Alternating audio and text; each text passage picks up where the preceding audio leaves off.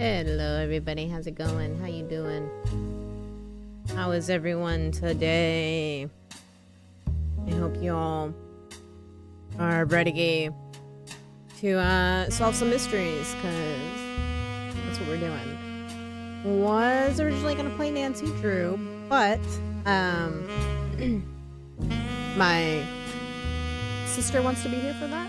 She can't make it till much later, and I don't want her to miss any of it.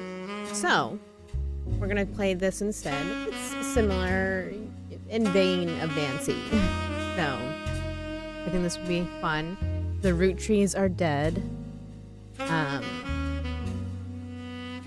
been wanting to play this for quite a while, so I'm very excited to get this going. I've seen a little bit of it. I was watching someone play the beginning of it just to get a vibe for it. Yeah, it's very critical thinking, puzzly-esque. So I'm gonna need your guys' help. Yeah, let's go ahead and jump on into this. Root Tree Mania. There's another mystery. Okay. Also love that this is set in the 90s.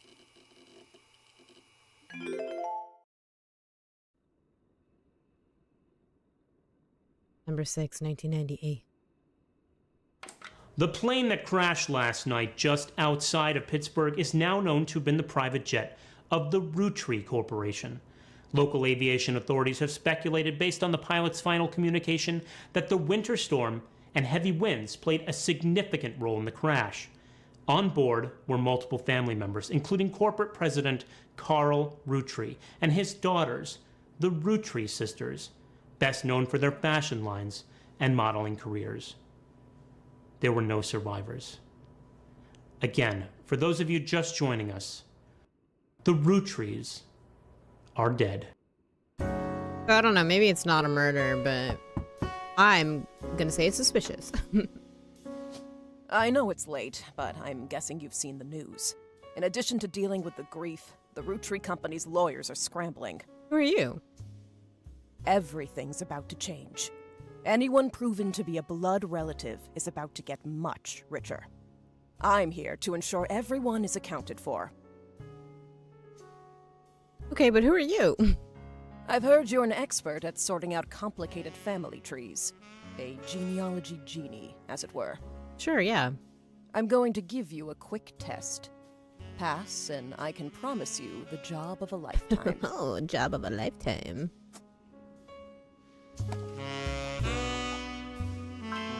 Complete the family tree of the Roottree sisters.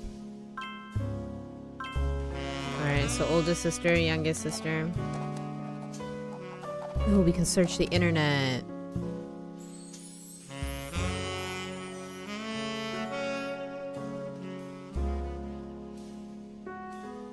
Look at our evidence. Oh, they did a Got Milk ad? Y'all remember Got Milk ads? Those aren't a thing anymore, right?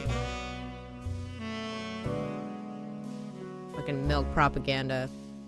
Alright, the person who hired you gave you this photo with a note attached. This was taken during the shoot for the Roottree Sisters Got Milk ad. I've tracked down a test photo from before they painted the fake mustaches on, which I thought would be more appropriate considering the circumstances. The ad's copy reads, "You might recognize our faces from the magazine you're reading, or you might recognize our name from the candy bar you're eating. Being a root tree is a full-time job, but so is growing up. That's why the calcium found in milk is so important. Plus, you can't make chocolate without it." Oh my goodness. This is a whole family list? Jesus Christ. They got a big old family. I don't have half the amount of people in my family. Okay. This list was provided to you by the mysterious person who showed up at your door. I don't understand why we're not asking more questions about this person who showed up at our door. I mean, don't get me wrong, I'm excited to, you know, solve this, but I don't know. I think whoever showed up is a little sus. Just saying. Okay, so that's all the evidence we have.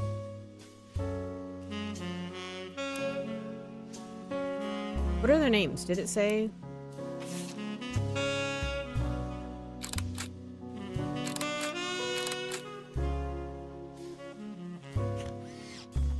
I don't know what I did there.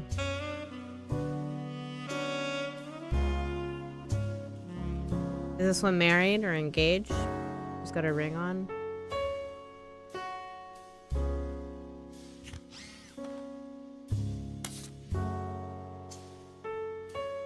What's the ducky? Oh, hints.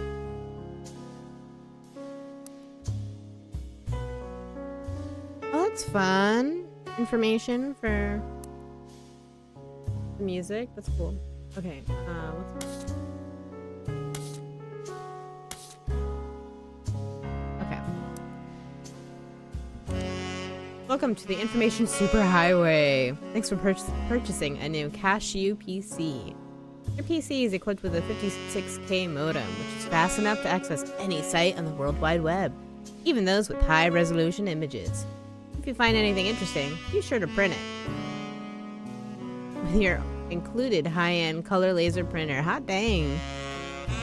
Or burn a music CD to listen to later. Oh, I wish I could still make CDs. If you want to revisit a search result, be sure to use Netscape Explorer's new history feature. Happy surfing, and remember, Cashew PCs are delicious. Cashew PCs are inedible. Do not try to eat your computer. Okay. Oh, the sweet sound of dial-up.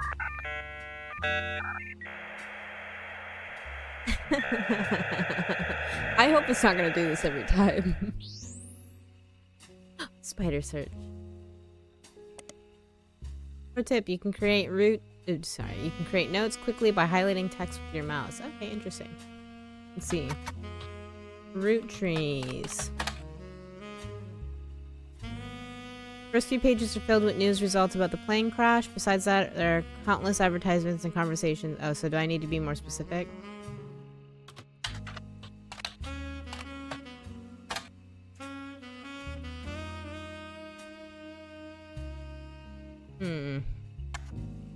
Oh, Root Tree Sisters.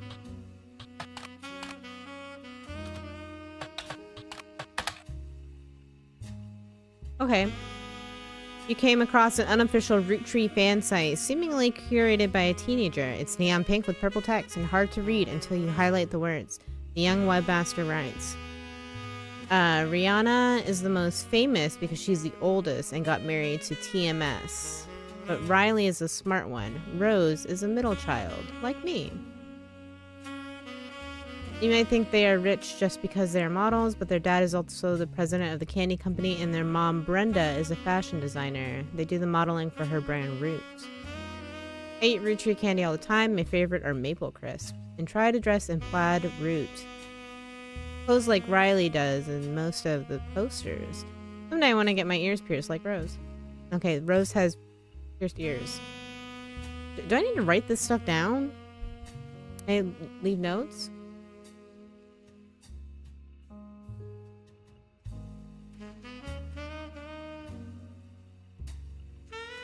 American school terms. Okay.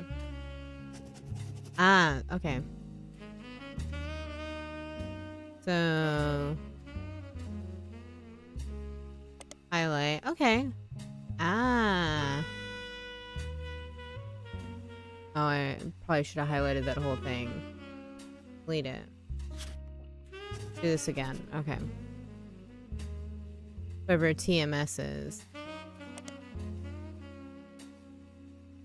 Rose is the middle child. Ba ba ba ba.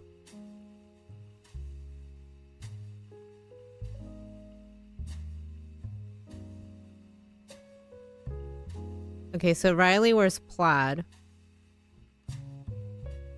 And she's the youngest. Okay.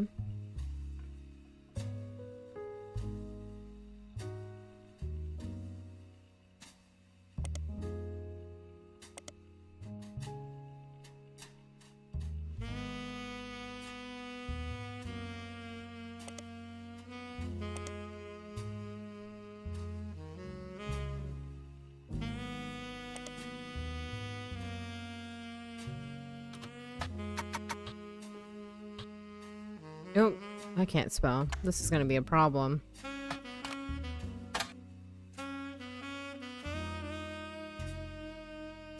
Huh, is that all there is? You're telling me that these kids are famous and this is the only website that pops up when you search for them? Alright, Rihanna. Rose.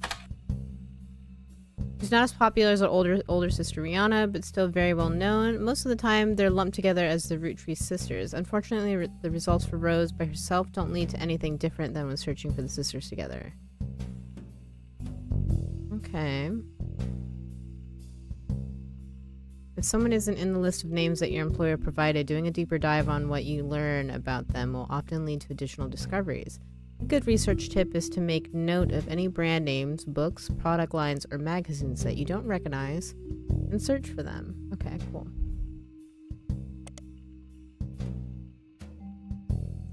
Let's see, Riley.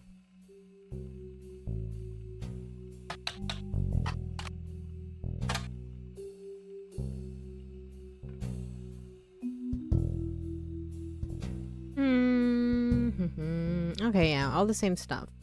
Let's see. Oh no.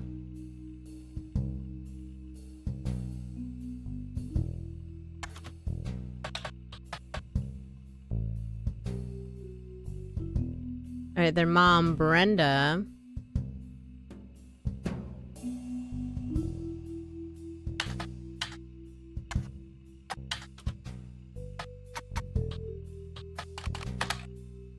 You stumble across an auction for a black and blue dress that's a Brenda White original. Oh, her last name is White. Okay, cool.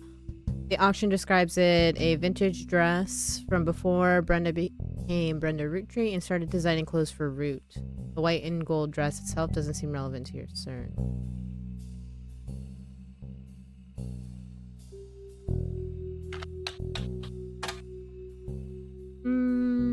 Okay, nothing else.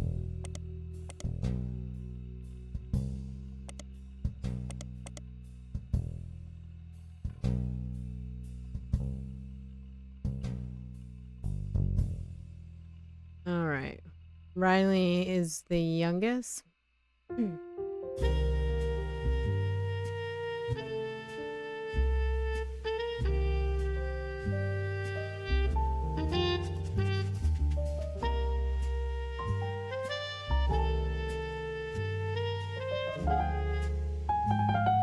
Okay, so let's look at that picture. Did I left that open?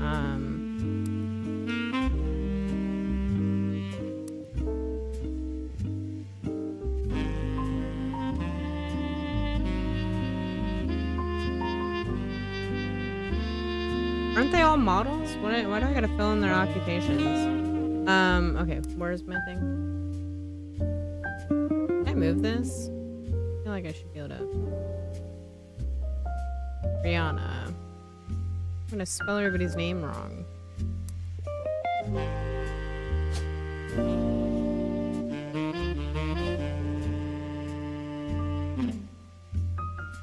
Rihanna. And she's married to, let's see, TMS. Let's see if we can figure that out.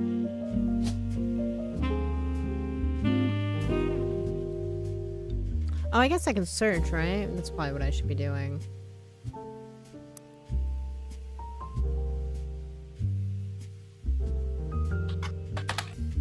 TMS is a common abbreviation for early 90s teen heartthrob Tommy Mark Sheridan. His first credited role as Thomas Sheridan was on a soap opera called Time Marches Onward. He skyrocketed to popularity after his starting role in the sitcom Brother Trouble.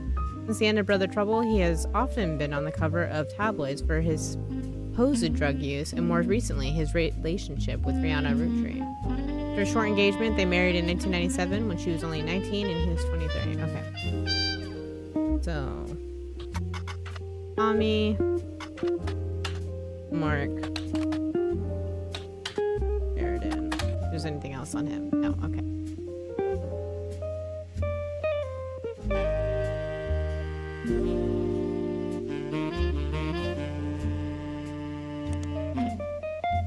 Save that.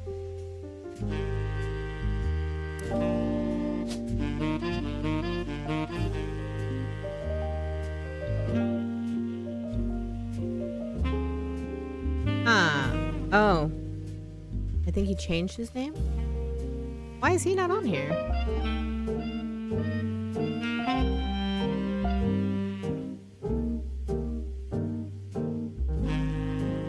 Oh, he says he goes by Thomas, right? Yeah. Okay.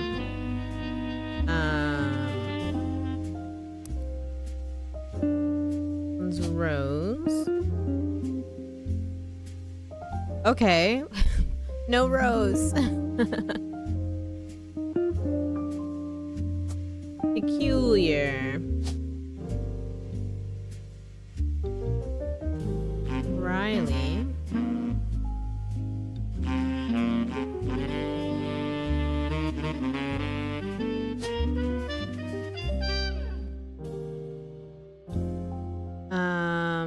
I have to look at the whole picture again. I gotta see which one had the...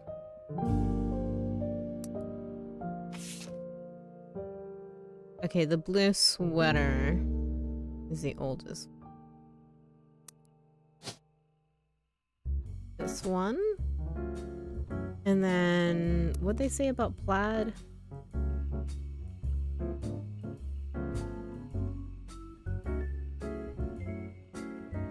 Riley wears plaid, and she's the youngest.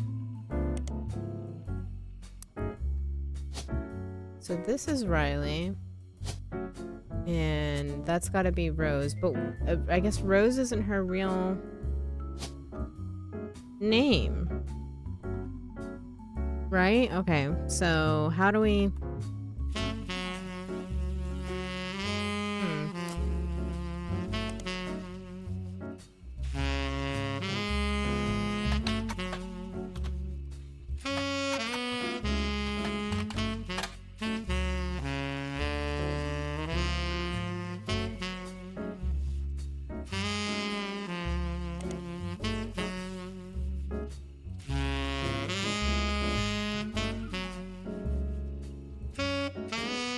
What's her dad's name?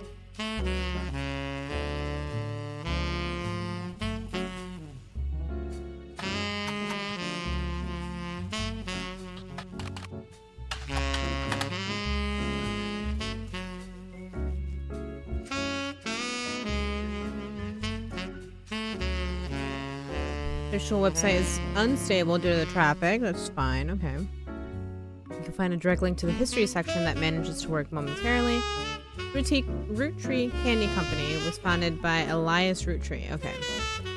Shortly after he married his wife Gwyneth, whose family owned a small farm called the Anderson Maple Farm. For reasons that aren't explained on the page, it has no CEO and no stockholders. Instead, it's run by a president with input and votes from extended family. The site does mention that every president has been a direct descendant of Elias and Gwyneth, including Carl Roottree, who, despite his death, is listed as the current president. Okay, so Carl is the dad. Hi, peepses. I can't read today. Let's look at the... Can we look up the clothing company?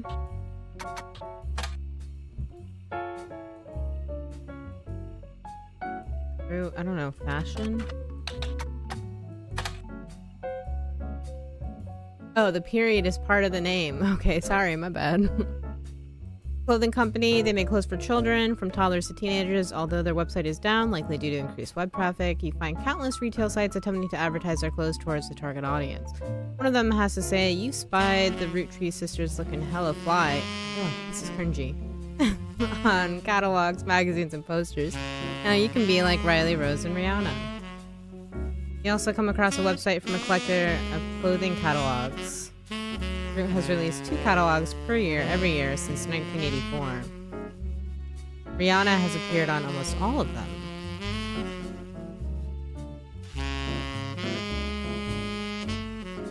There's only one that the webmaster considers a collector's item enough to mention.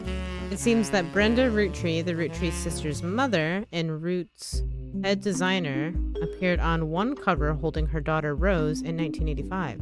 The site says this was the only time her daughter was ever listed with her birth name. Ooh.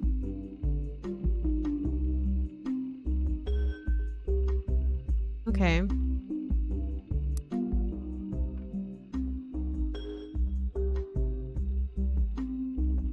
Oop. Oop. Carly. Interesting. Why would they name her Carly? They use like the same way of spelling everything. Why would they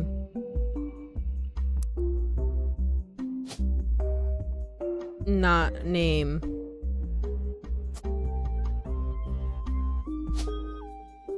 They're all models.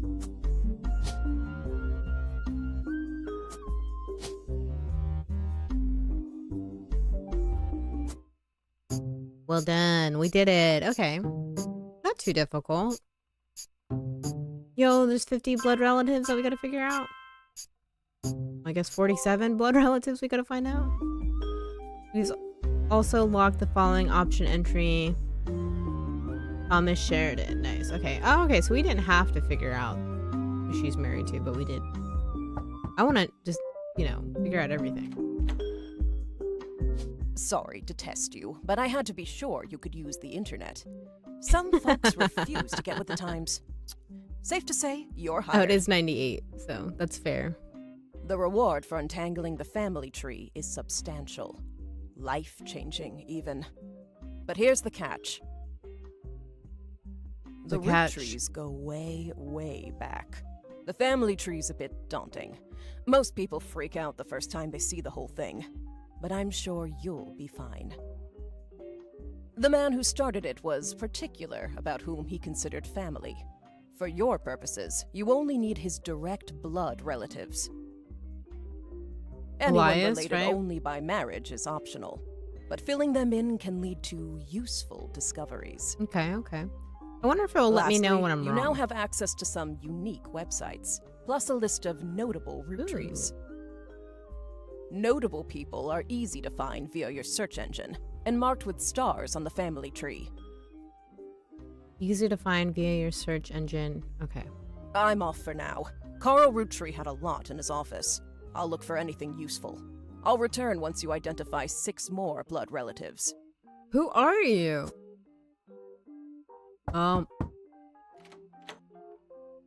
Yeah. Sorry, one last thing. This might sound odd, but if anyone else claiming to represent the root trees reaches out, I'd appreciate you not mentioning I was here. Thank you, and good luck. Even more suspicious? Just saying.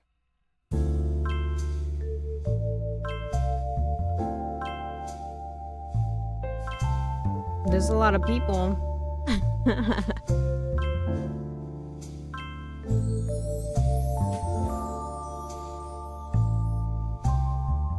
Okay, before the person you hired returns, every time you get 3 additional blood relatives in the family tree completely correct, name, occupation, and portrait, they'll be locked in. All non-blood relatives and small portraits are optional, but placing them in the tree helps remove extra names and photos. Okay, cool. You can open this envelope after the whole family tree has been filled in. It has 2 names that must be typed in manually. The clues are obscure, have been intentionally hidden in the past, and may even require some leaps in logic. Try to keep an eye out for any inconsistencies. Okay.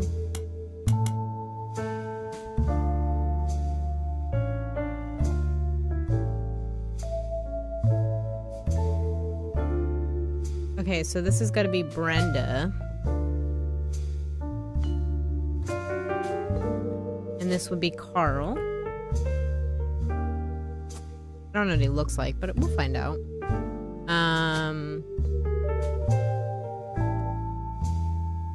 Is he not the CEO? Oh no, they don't call him CEOs. They call him presidents. Okay, we'll figure that out then.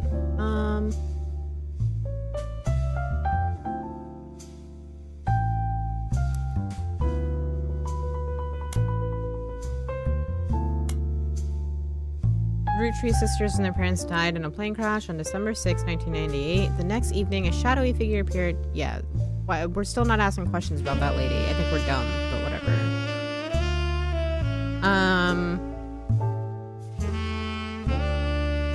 Time to fill out 6 more blood relatives. Okay.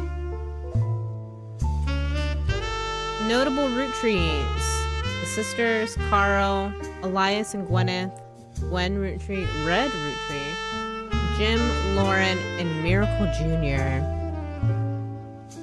Any entry on the family tree that belongs to someone on this list will be marked with a star. Notable root trees will be crossed out after they are verified and locked. Okay.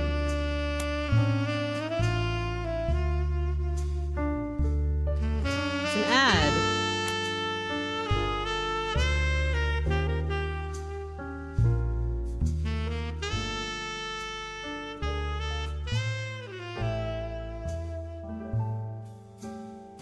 Okay. You've been in the line of work for a long time, so long, in fact. You've developed a sixth sense for how useful your evidence can be. The number and the magnifying glass refer to how many clues are connected to a specific piece of evidence. The higher the number, the more there is to find. At the start of your search, the notables list sets off alarm bells, a list of famous people that you can find via search engine. It's pretty rare to get something that useful. Best take advantage of it. As you progress, these numbers will change. Whenever you find more evidence or lock in family members, new discoveries will be added. Ah, okay.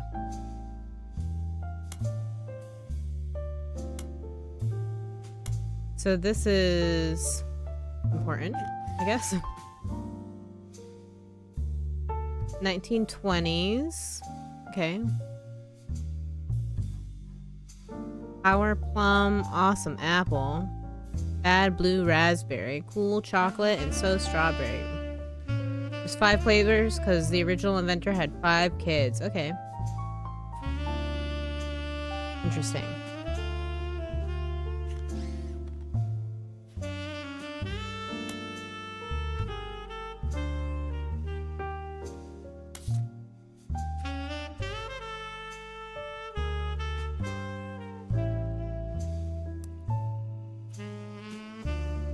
Oh, public library. Periodicals. Interesting. Okay. I could just start by typing in certain people. I guess we'll start with Carl.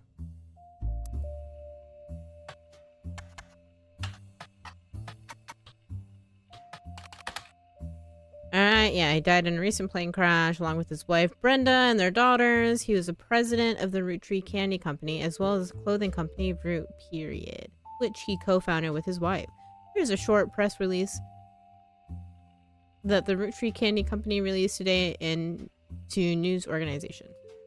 It is with a heavy heart that we mourn the loss of Carl, Brenda, and the Root Tree sisters, and the other employees that perished in the terrible tragedy. Yeah, why aren't we naming them? The entire Root Tree family is in shock and requesting privacy at this time. As the head of our company, Carl was an incredible man and an unmatched leader. Filling his absence will be difficult and may take considerable time. In In the interim, we hope that you join us in looking back fondly on Carl and his family's triumphs and accomplishments. His great-grandfather before him, Carl, earned the highly prestigious Watchman of the Year title. What does that mean?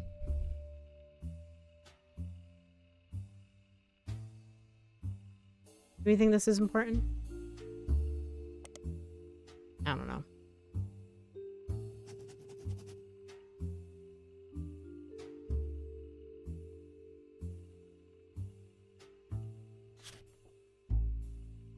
Oh, can I not? Oh, I already put it there. We'll just put everything on one page. Do I need to? If I can't title them. Oh, I can title them. Okay, hold on. Get rid of this.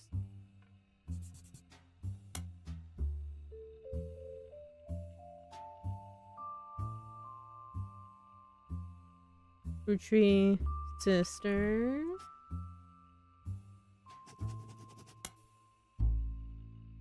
Carl Roottree.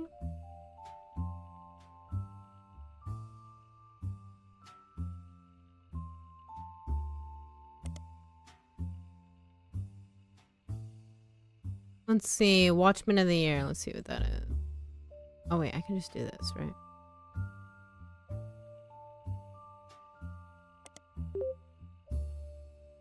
Ooh, new periodical. Okay. Business Watch magazine is a magazine focused on companies, CEOs, and the economy. They have been around for over 100 years in one form or another and will often write about major changes in management at famous companies. Every year they offer an award to a prominent businessman who has furthered the field. What about business women? They call this Watchman of the Year. You find through a few searches that 2 Roottrees have been featured as Watchmen of the Year, Elias and Carl. Business Watch does not host any online archives on any site, and you can find via spider search. Okay, so I have to use the periodicals.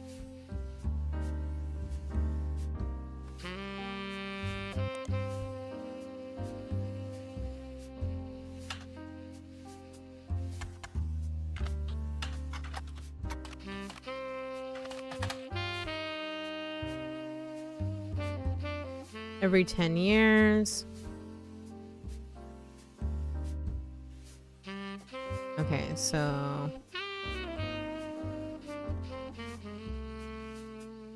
I don't know if that's important. We'll highlight it though.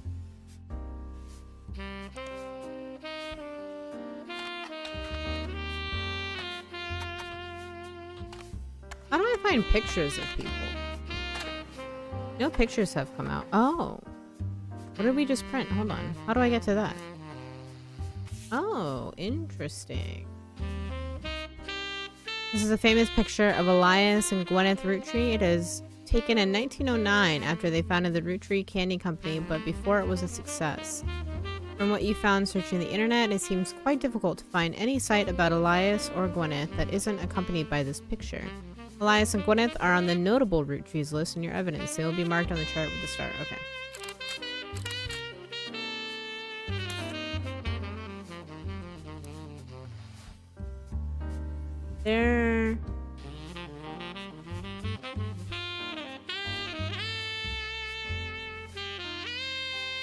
They're gonna be up here, right? Yeah.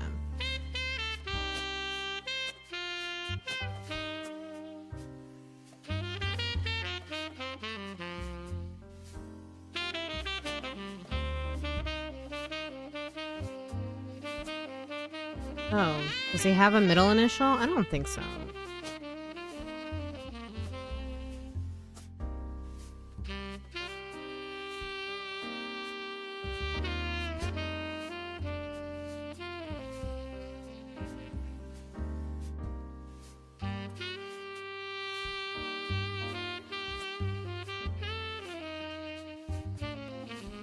Maybe that's not correct. Would have locked it in, right? Unless she has to be correct too.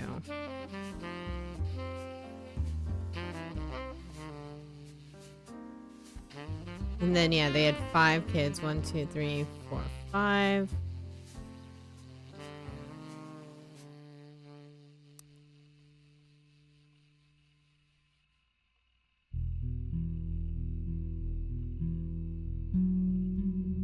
Founder and first president. Okay, yeah, he's the first president. Okay.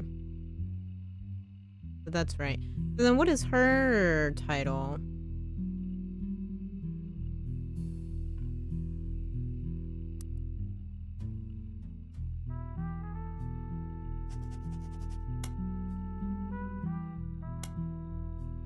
Elias and what's her name? Gwyneth.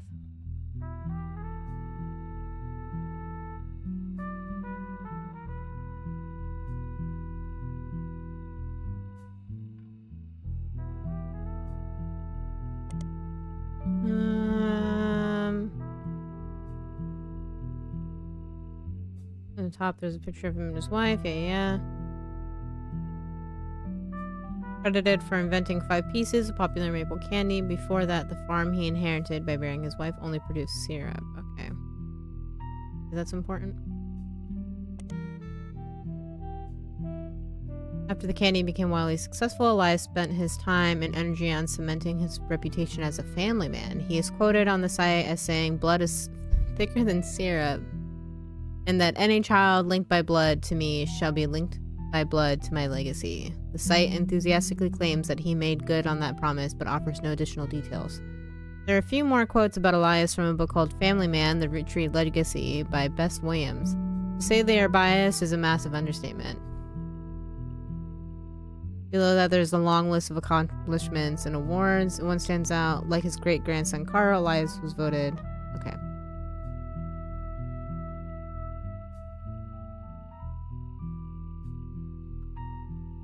So we should probably look up this book, right? We can... Public library?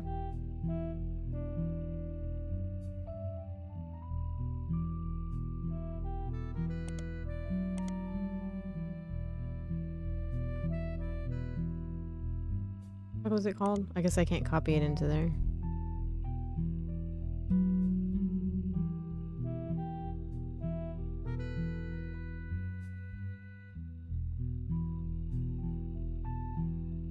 Let me just put this in the highlights real quick, I guess.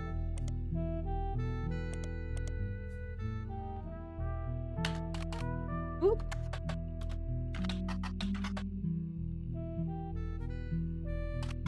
Family Man.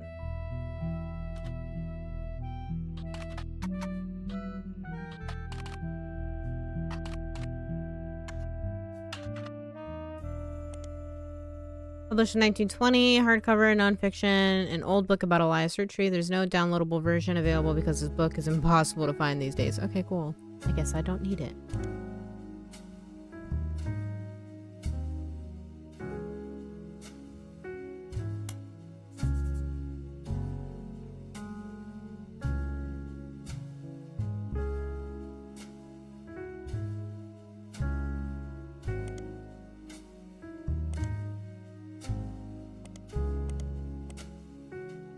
Okay, and then what's her name? Gwyneth Anderson.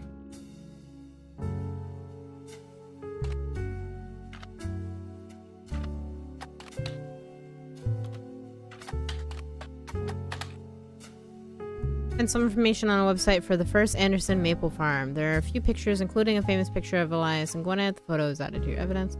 Before marrying Elias, Gwyneth Roottree was Gwyneth Anderson. She had no brothers. As the oldest sister, she was to inherit the Anderson maple farm, so long as she married. Before Elias took over the farm, produced only syrup. It was supposedly Elias's idea to create candy instead. Their success was not immediate until they decided to combine the maple with other flavors. This led to 5 Pieces, which are still found in stores to this day. Though the Roottree Candy Company expanded well beyond their original farm, it has been preserved as a tourist attraction. According to their website, there are still daily demonstrations and educational tours that show off many of the turn-of-the-century appliances that Gwyneth would have used as a housewife in the early 1900s. Okay, so really not a whole lot of... Oh, she's a housewife. I guess that's important. They're deeming it important. Housewife. How do I lock that in? Is that wrong? I thought it would lock it in for me automatically.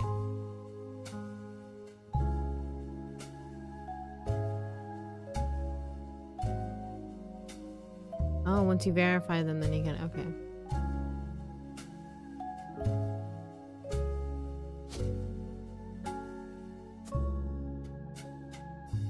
Yeah, no, he's not CEO. He's the first president.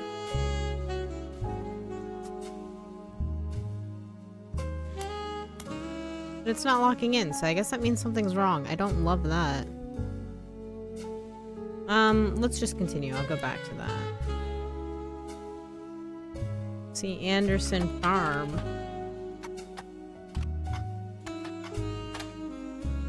And some information on a website for the first Anderson Maple Farm. There are a few pictures, including one. Yeah, we got that. Before marrying Elias, Gwyneth Anderson. Yeah. Okay, so everything here, same information on her. Let's see.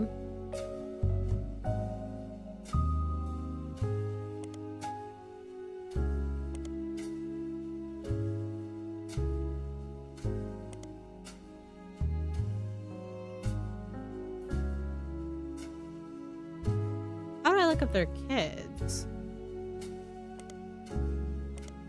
Oh, what's the name of that candy? 5 pieces.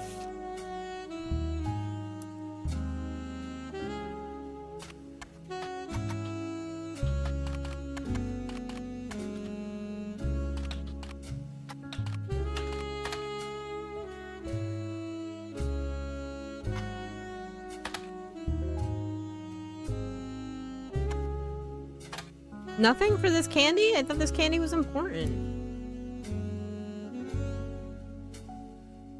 Oh, because it's one word?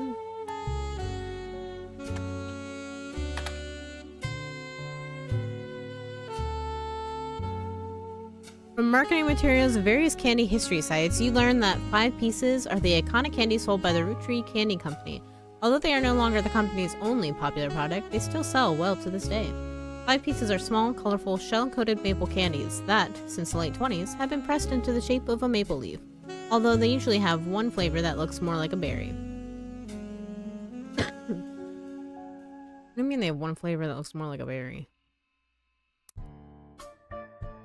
Oh, the strawberry. Is that important? I feel like that's important. As tastes have changed over the years, so have the 5 flavors, but the shape and combination with maple have remained consistent. There's also a history of print advertising website that claims to have a 5 pieces advertisement scanned from a book called The Sweet History of Candy, Volume 2. Okay, let's look that up.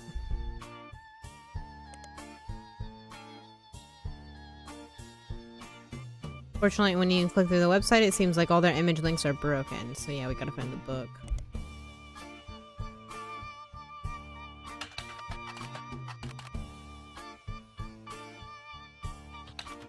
Sweet History of Candy. Let's see if there's a first volume. No. They want you to be very exact with what you're searching. Ooh, yes, we're getting some images. Okay. Alright, this is part of a book series about all things candy and the modern world. It starts in 1925 and continues onward to chronicle the rise of mass production and global distribution. The book ends with a look into the future of candy as envisioned by experts in 1985. With the addition of hindsight, you can clearly see they got pretty much everything wrong. It includes some print advertisements. You find a newspaper ad for 5 piece. Okay.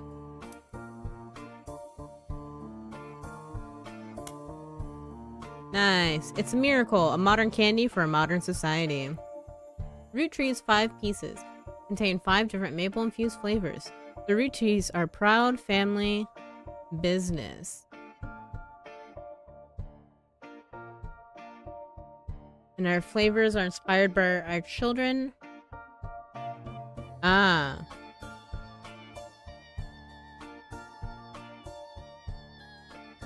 So this is what their kids' names start with. Okay, G is for grape, E is for elderberry, CE is for cinnamon extract, M is for melon, and M for miracle berry.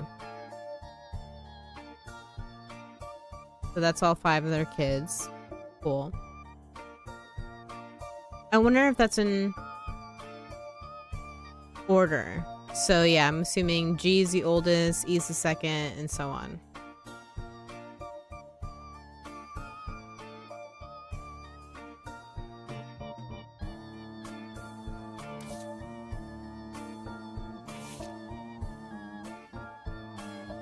Gwen root tree? We think that's the oldest?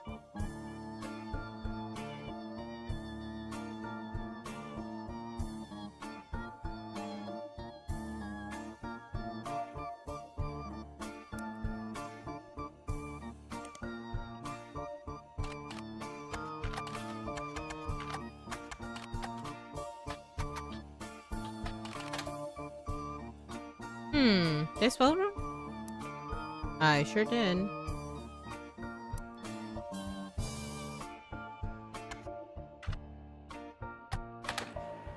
Alright, find some information on a website about old films that are not yet available on VHS. The site is not well organized and the search is broken, but you can get to individual pages from your search engine. Gwen Roottree is a somewhat well-known actress who was active in the 1950s. She often appeared in tabloids, especially around the time of her highly publicized divorce. Her biggest role was the minor hit movie Guys Like Us. She left Hollywood after the flop for Christmas Mission. There's a widely circulated picture of Gwen from behind scenes on one of her movies, which we've added to evidence. Did you know? Gwen was the granddaughter of Elias Roottree. Granddaughter. Okay, so not kid. She shouldn't have been named Roottree, but her father took her mother's famous name, which was quite rare in those days. Interesting.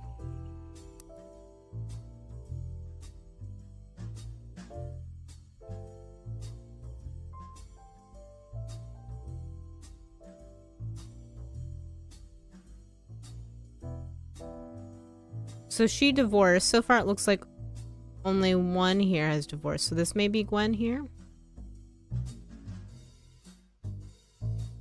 Yeah, I think that has to be Gwen.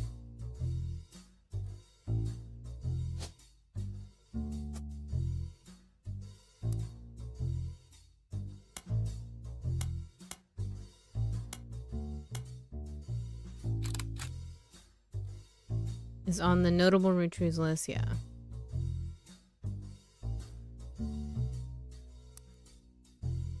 And it said that she split up from her husband? No, right?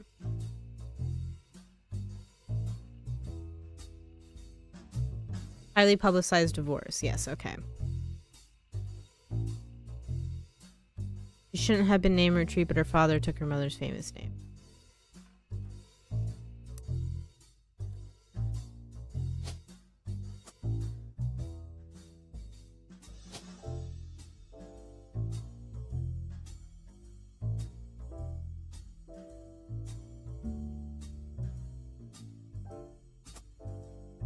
He's an actor. Oh, okay. Cool. Oh, so we got 3 of them. That's what we were waiting for. That's why it wasn't locking in. Okay, cool. Nice. Okay, cool. Good to know that is all correct. So if he was the first president, one of these is going to be the second, third, fourth. Oh, but I think there's a list for 5th. I wonder if something happened. Carl may be the 5th. Right? There's 5 options for president. Yeah. I'll leave that there for now. We'll see.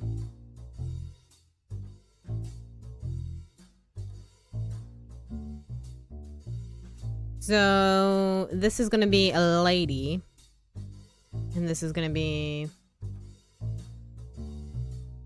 some dude that took the Roottree name.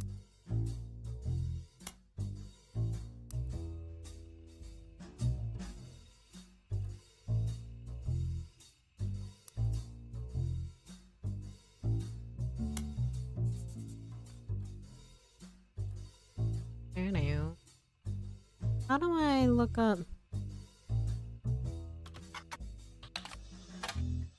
Hmm.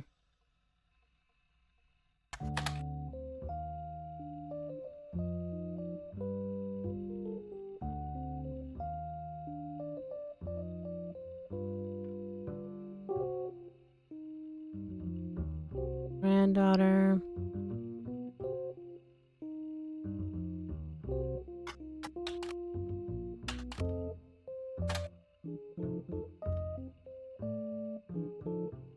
Doesn't say anything about the kid's name, so...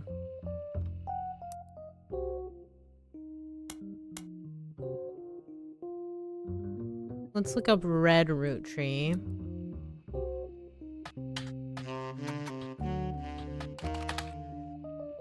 And information on a website about strange historical facts. Aloysius Herring Roottree was an appointed judge and politician who earned his nickname ironically because he was the ambassador to Ireland for only about 6 days. He served what some people contend is the shortest term in history. A few days after he was appointed, he was heard disparaging his position and the Irish people. He then tried to run for state senate. He claimed to be related to the Root Tree Candy Company in a newspaper ad, but it came out that the last name was merely a coincidence and he was defeated in a landslide. Okay, so this guy is not...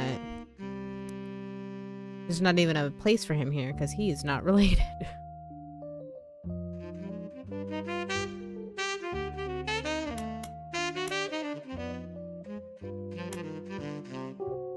Okay, good to know. Jim Root Tree, let's see. James Root Tree is a singer who sings in the duo Jim and Diamond with his wife Diamond LaRoe. Okay, let's write this down.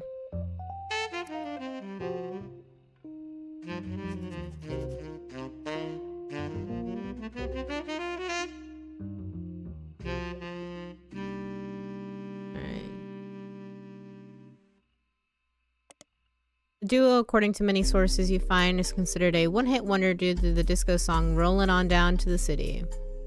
Oh, nice. Now in our evidence. Although Jim writes the majority of songs, plays guitar, and often sings, Diamond is considered by fans to be the band's lead singer. The band never had another hit, but has its fans, who refer to themselves as Diamond Dazzlers. The rest of their music is more folksy and acoustic than the one song that they were known for. Jim and Diamond have continued to release music through the 80s and early 90s. Other albums you find mentioned are Cherry Tree and Sound of Laughter. Jim has become a bit of a recluse, and he hasn't made a public appearance since 1996. Okay.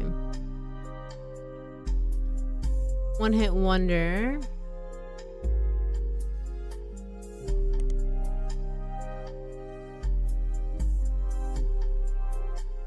I don't know if this is important, but we'll highlight that too.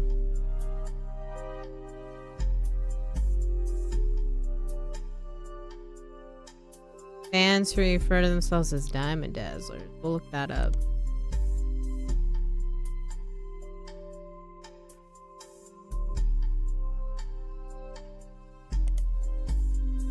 Cool.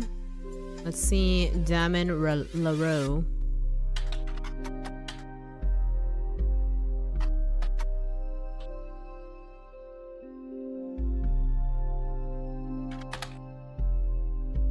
Oh, same information. Kinda lame. Okay. Diamond Dazzlers.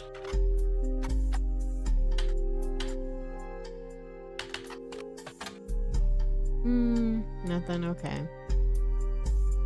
See if any of their albums come up with anything. Pretty general search. Oh, okay.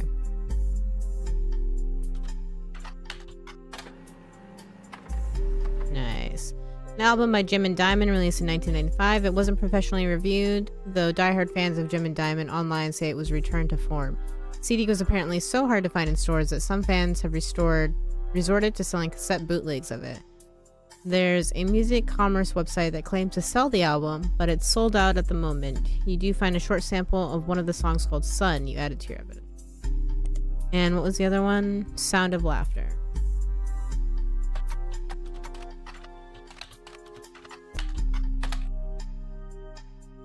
Album released in 1989. You can't even find a picture of the cover. It doesn't appear to have been very successful, and reviews seem middling even from fans. Oh. Some basic liner notes exist on a Jim Roottree fan page, and it states the lyrics and guitar are credited to Jim, and the vocals are credited to Diamond.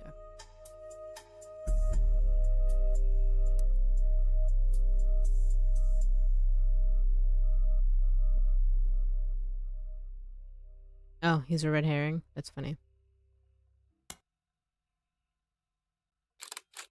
Diamond and Jim.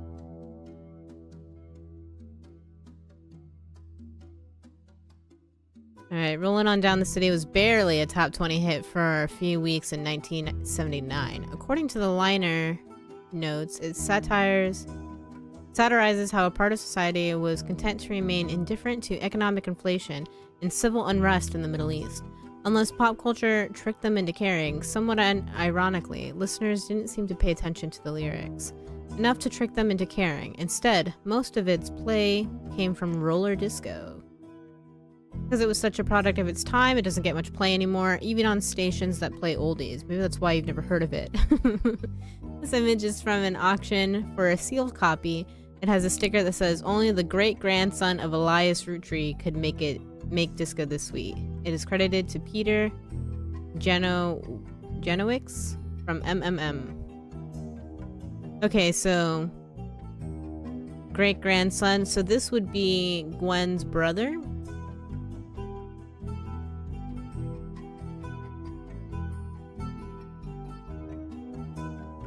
The lyrics of the song contain no clues. We're rolling on down to the city. I like how they tell me no clues, but then they're like, you can read it though, I guess. Makes me feel like there is a clue.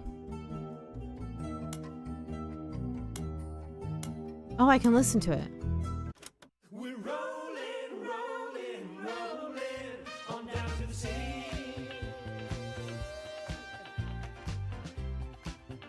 They put so much into this. I wasn't expecting this. Saturday night and you're quite a sight. The world might be burning, but I'm feeling right. Making ends meet, so they rent and we can't afford gas, so we skate in the streets. Guys all rush to say that I'm pretty.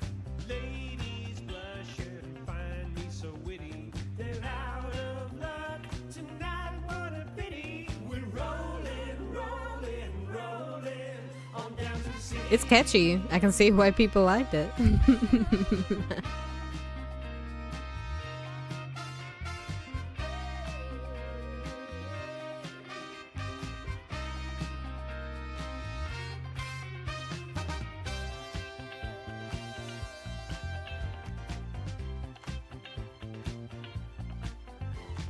On wheels we glide with you by my side. Inflation is rising and so is our pride. Pick our own fate, make love not hate. They fight overseas, but we'd rather skate. Guys all rush to say that I'm pretty. Ladies blush and It's a bop. I like it. witty. They're out of luck tonight, what a pity. We're rolling I think this was the only evidence I got though so far.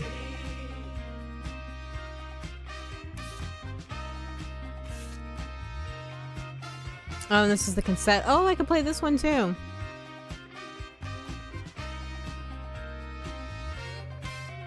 Politicians at large are hopeless. The bankers in charge are all clowns. The party's so better than protest. So signs up while we boogie down, down, down, down. Guys all rush to say that I'm pretty. Ladies blush and find me so witty. They're out of luck tonight, what a pity. We're rolling. Let's see if this song. There blazed a spark of light that ever brightly shone from her her starting days, imparting wisdom to conquer life unknown. Though someday she'd depart in part, I'd never be alone. It's kind of a bummer in comparison to the other one. I'll always be the son of... Not helpful.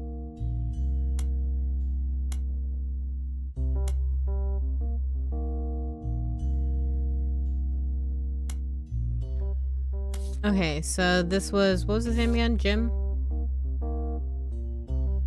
Great-grandson. Let's take a gander.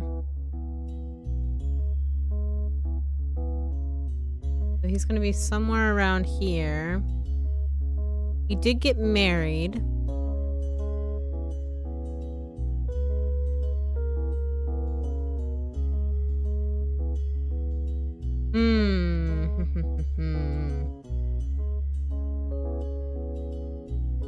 So really, I mean...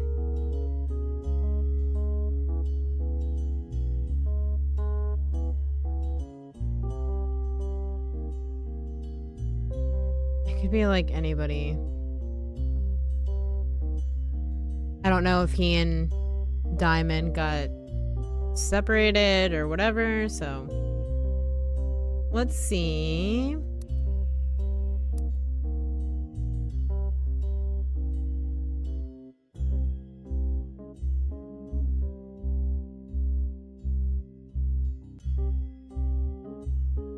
I need the names. Here we go. Let's see, Lauren.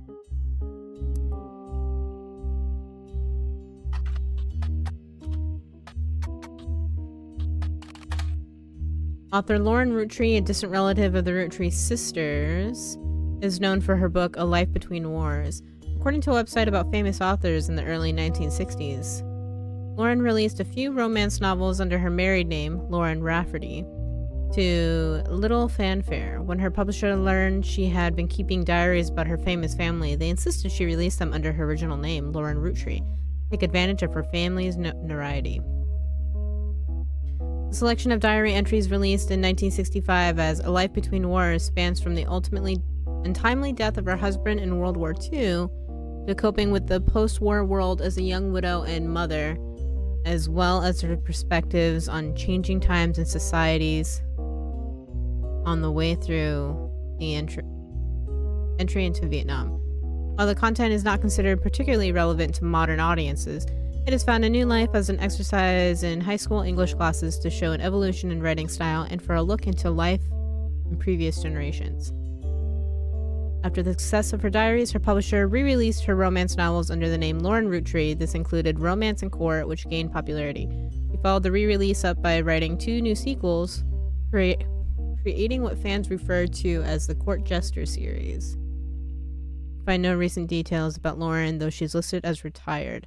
Okay, so... her husband died, right? That's what it's saying.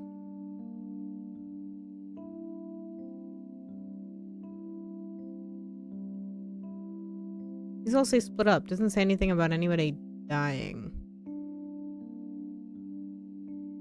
And being widowed. So I don't know.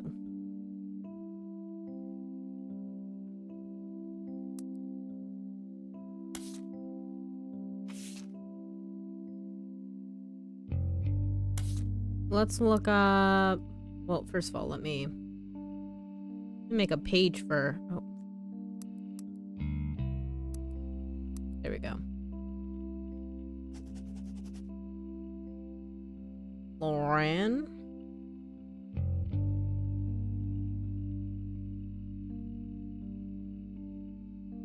Okay. Known for her book, Life Between Wars.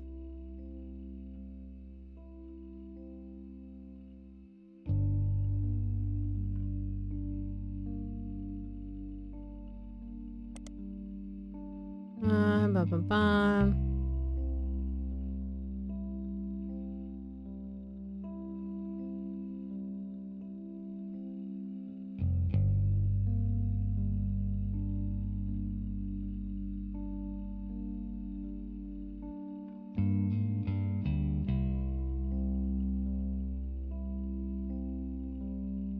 Released her romance novels.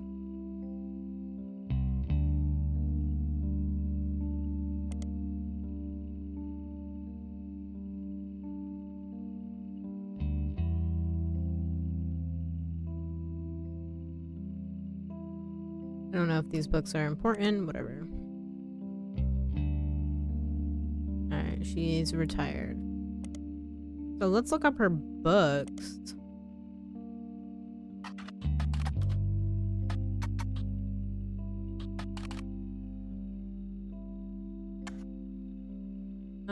Bum, bum, bum. Oh, what was the name of the other book? The diary. A Life Between Wars.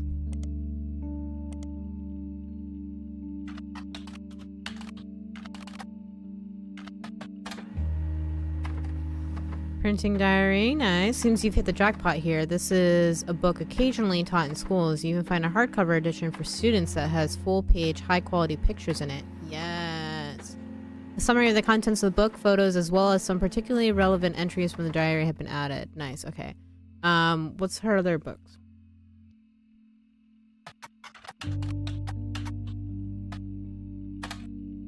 Romance novel.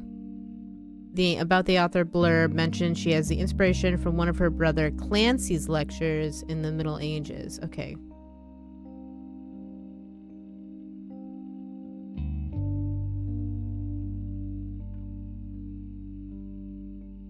So, brother named Clancy. We gotta look that up. Okay.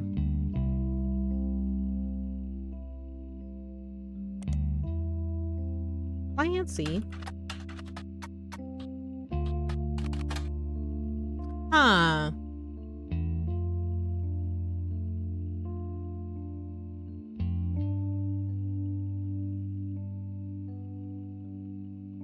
Interesting.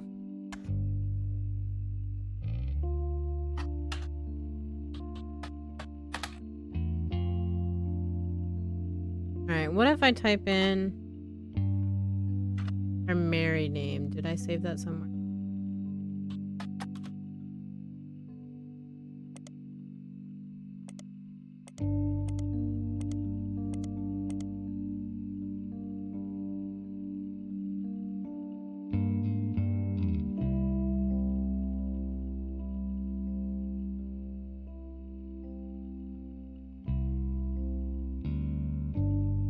Oh, I had it here. I didn't know I had to scroll down.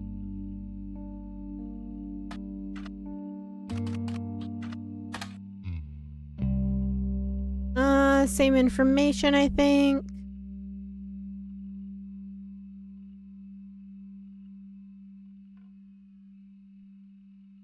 For a second, I thought this had the real time. I was like, whoa, that's crazy.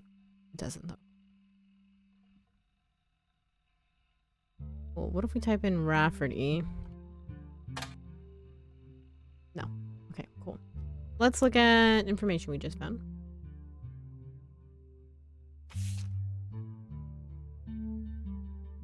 Life Between Wars, experts from the diaries of a root tree. That's Lauren, right? Below are notes and observations you made while skimming through Lauren Roottree's diary pages in A Life Between Wars. Lauren Roottree is on the notable Roottrees list in your evidence. Okay, cool. The book was published in 1965 and consists of diary entries that stretch from 1940 to 1965. The most important event that much of the diary and Lauren's thoughts revolve. I think the thing that I'm not paying attention to that's probably biting me in the ass is dates. Like, this would help me figure out, I'm sure. Ah, her husband's name is Jacob.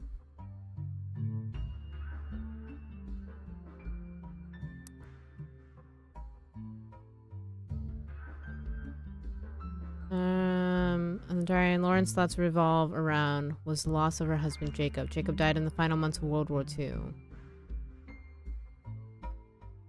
Husband Jacob.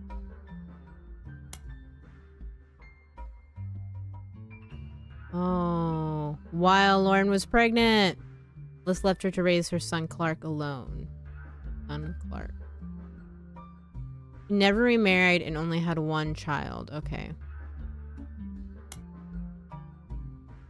By skimming the pages of the diary, you glean the following. She was the granddaughter of Elias and Gwyneth. Okay. On her father's side.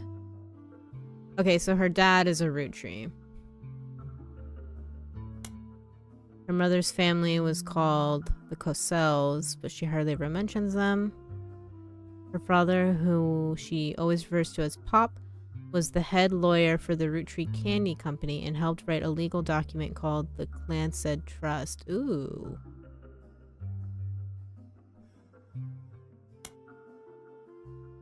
I feel like this is all important. Clear from the context that root trees have internal shorthand names for the different generations of their family. Lauren uses them often. Oh, thank you.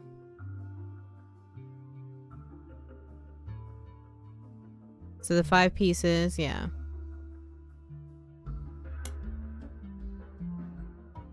Oh, her dad, what's her dad's name?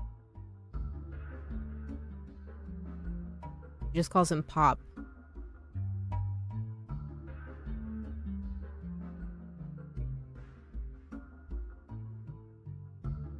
Next generation is Lawrence, and then the Free Spirits, which is one of her sons. Okay. Interesting.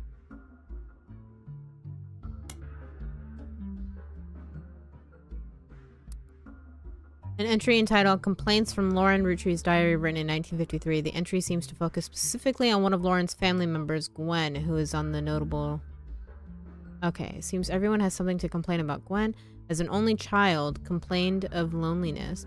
I told her that being expected to watch after 3 younger brothers didn't feel like a blessing, but it fell on deaf ears. Okay, so Gwen has no siblings. And, which I think I already know, right? Because I already have her... Yeah. Okay, but... Lauren has 3 other... She's probably here.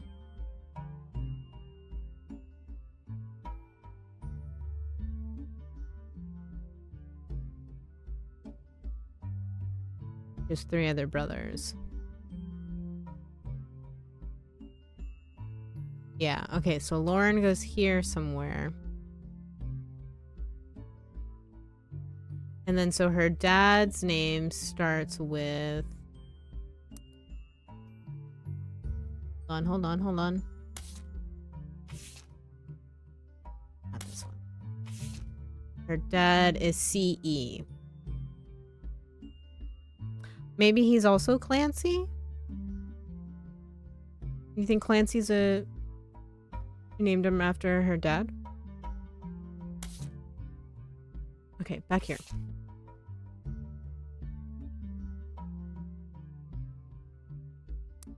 Oops. I have a thing for... I do not have one for Gwen, because I don't know, I've kind of already figured out where she goes. 3 younger brothers. Oh, Lauren, right? Okay.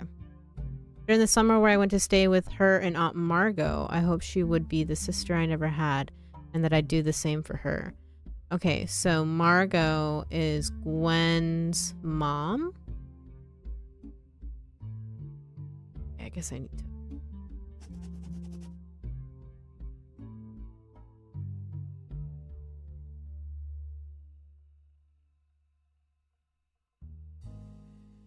Okay.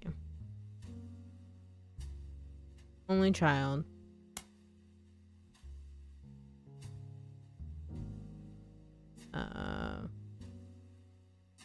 Mom is Margot.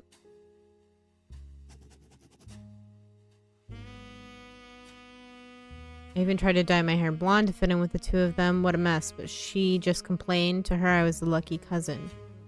Now she's off living the glamorous life while I'm stuck here with Clark. Who's Clark? Oh, her son? Is that what she named her son? Yeah. Maybe her dad's name is Clark, not Clancy. Her brother's name is Clancy.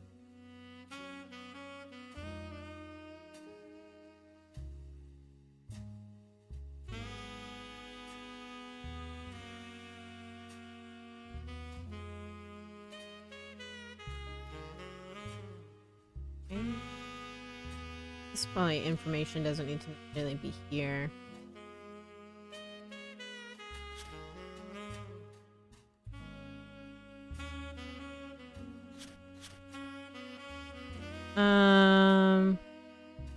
Must admit, seeing her everywhere contributes to my unhappiness. Her visage stares at me even now from my coffee table. She gets to be in Starlit and tell tales of how she gallivants around the world, kissing the likes of Harrison Lane and Wild Bill Williams.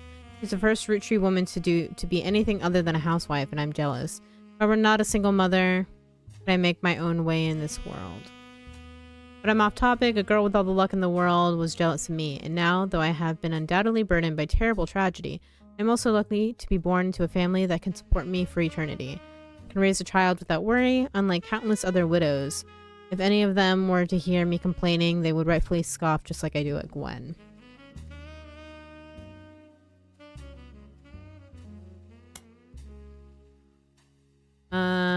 Entry entitled Dynasty from Lauren's Diary, 1958. It focuses on the day her grandfather Elias announced he would step down as president in the meeting to determine his successor. Ooh. I wish I had been a fly on the wall today. Clancy told me that everyone got quite heated. Granddad was furious none of his sons would take over as president, but that's not what he gets for holding on to it so long. Oh, but that's what he gets for holding on to it for so long. With architects, preachers, and lawyers, nobody's got time for candy. So with the 5 pieces refusing to set up, it came down to us next gens. Okay, so none of the first kids from Elias take over.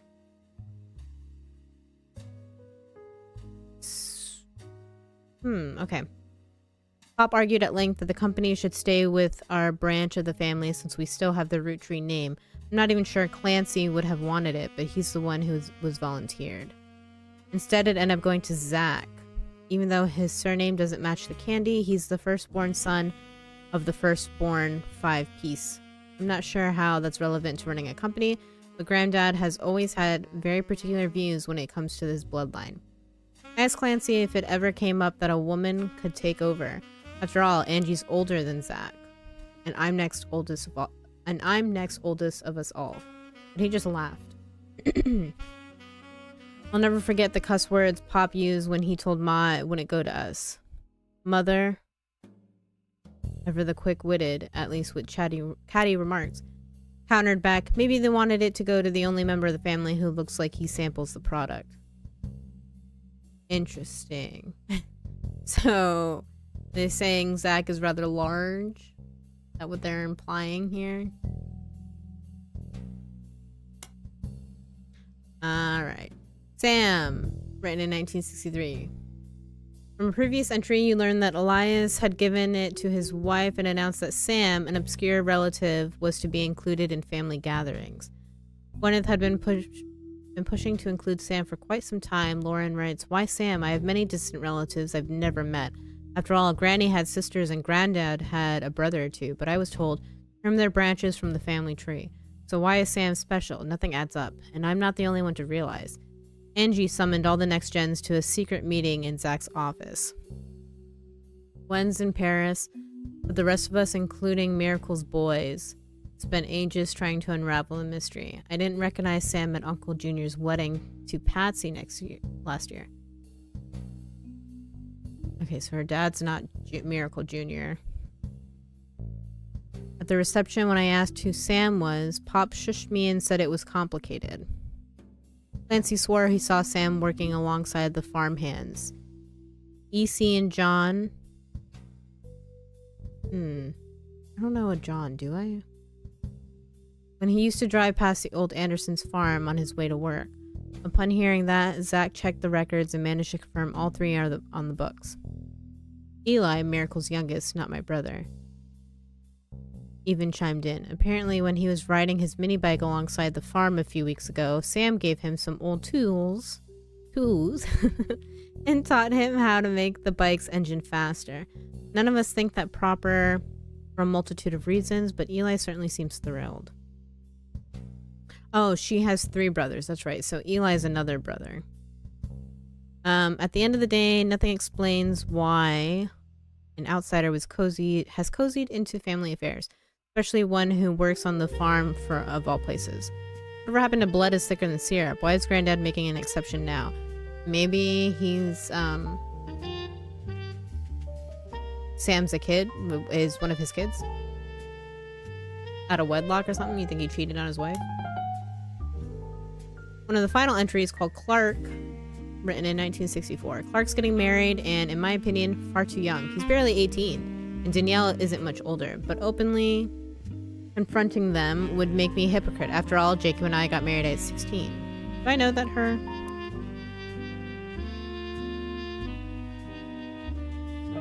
Yeah. Son Clark.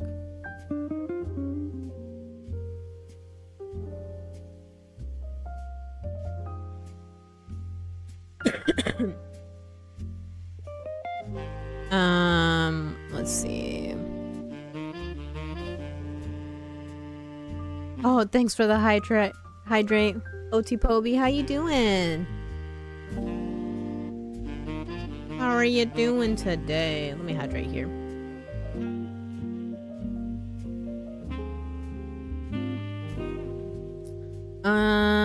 Okay.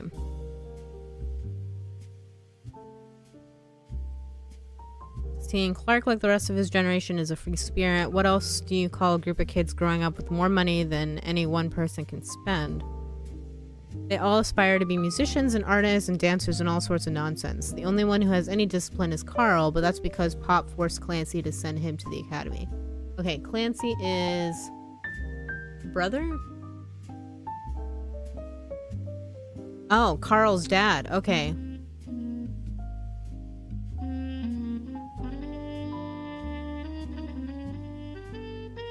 Pretty good. It's been a long couple of weeks, but it's good to be here again. Yeah, happy to have you back. It has been a little while. Hope all is well. Hopefully it's calming down a little bit.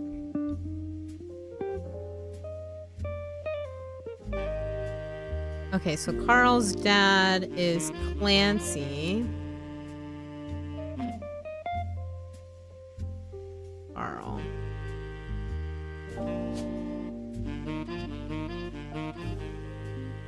Oh shoot. Is that Junior or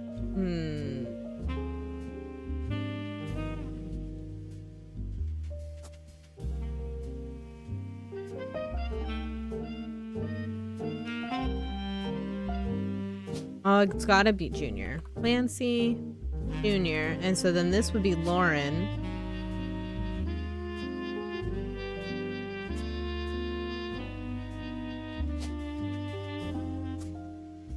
And then this would be Jacob.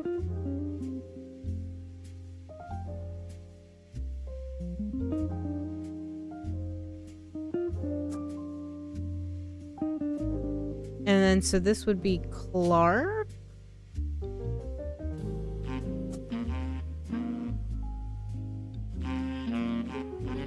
Ah, and then this is Danielle. We'll see. He was an author. There we go. Just busy with work and interviews. Gotcha. Have you been? I've been doing pretty well. Also busy with work. And a little more tiring than usual, but good nonetheless.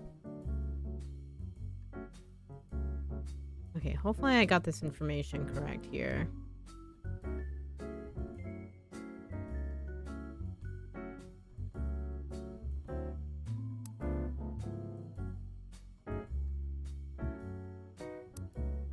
Oops, wrong one. Only one who has this one is Carl. Of course, Clancy to send him to the academy. Do we know what Clancy's job is? I don't think so. Maybe I'm just getting old, but our generation was never so bad. My brothers all seemed to pursue paths of knowledge, and the most rebellious thing any of us ever did was bring home someone who would be illegal to marry if we lived anywhere south of Pennsylvania. Oh, this is old times. I was like, what do you mean? Pop seems to have gotten over it because Edward is set to take over his department once he retires. Who's Edward?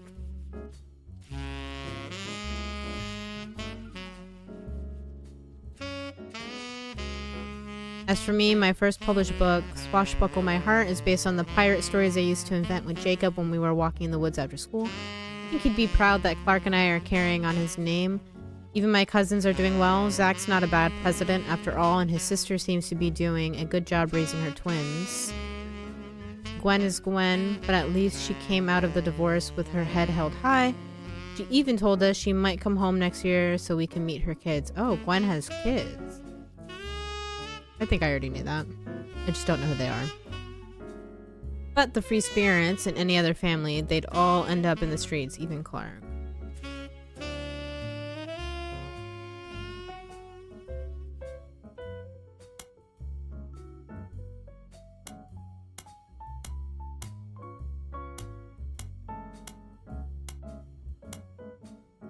Okay, let's see.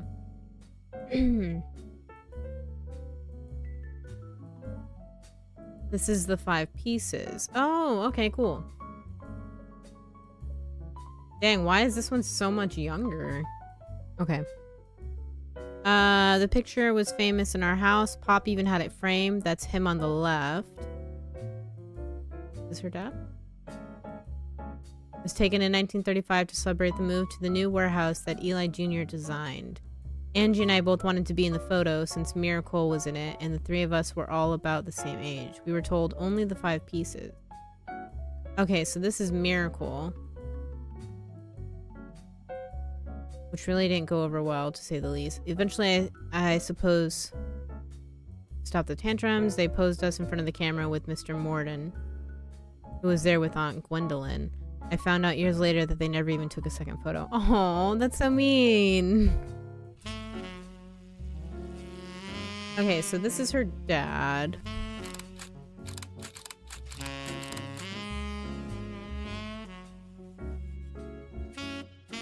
Who...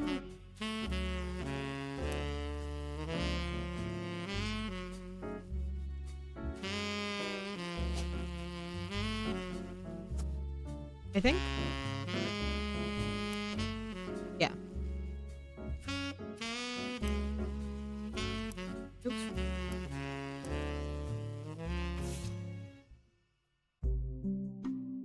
And we know this is Miracle Jr. So he's got to be he's the youngest, obviously.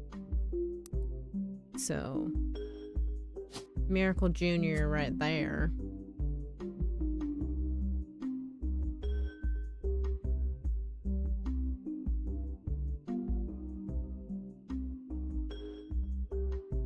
So his name's probably Clancy, right? And he... Was he a lawyer? Fuck, I wrote this down.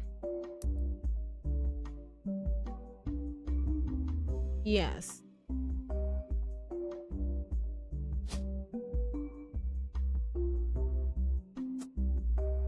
Okay, pretty sure that's correct. Do I know her mom's name? Mention her mom's name at all?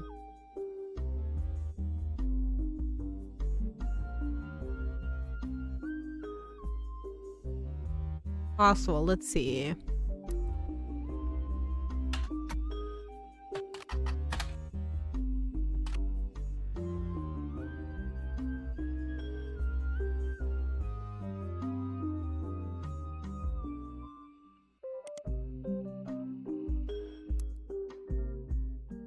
There is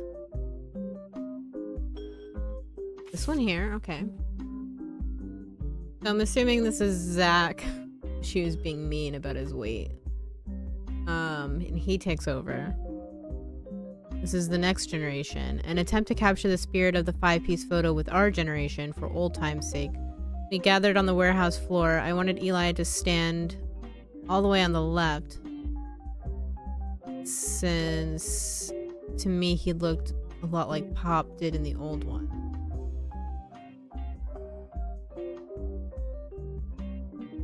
But I was outvoted by my brothers. Okay. I was like, but he's not there. Oh, thank you for the posture check.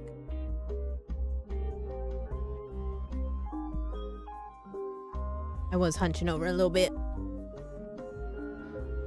Getting so into this mystery here.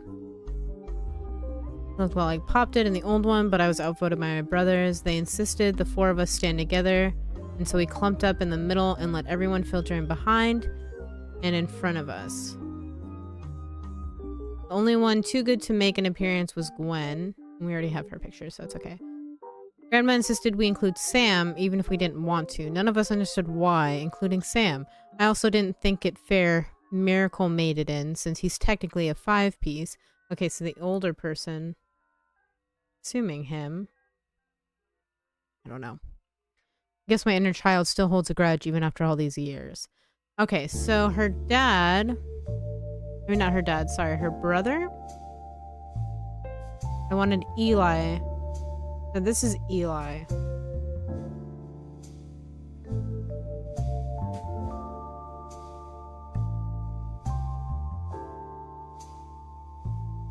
I don't know who half these other people are, though.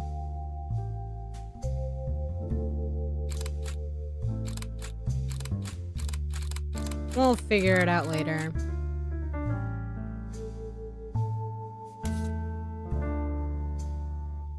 How are we looking?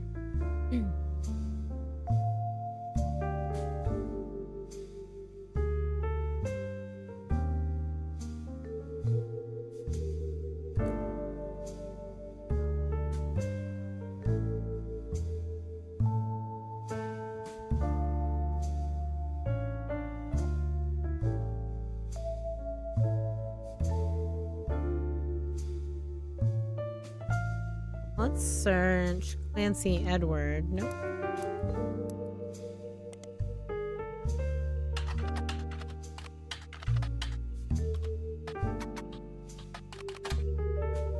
There we go.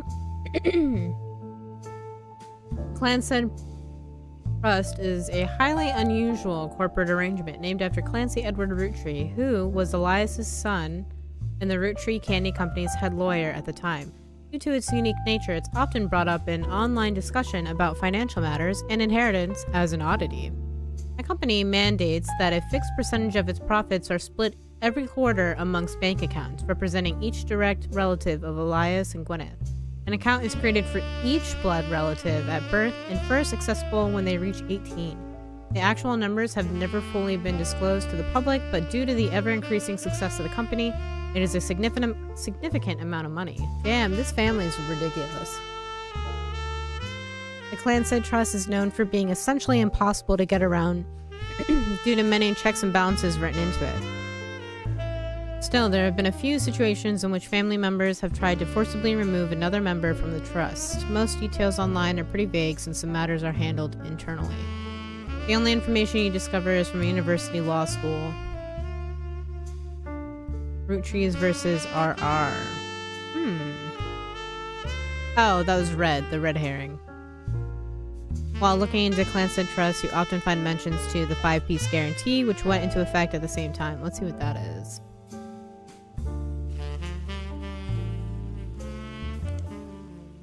Combination with the Clancy Trust was Elias Roottree's attempt to ensure that the Roottree Candy Company would remain a family business for eternity. In isolation, it was somewhat baffling. The yearly salary of Roottree's president is always locked to the price of a single pack of 5 pieces. When the 5-piece guarantee went into effect, this was 25 cents a year. Now it's closer to $4. Huh.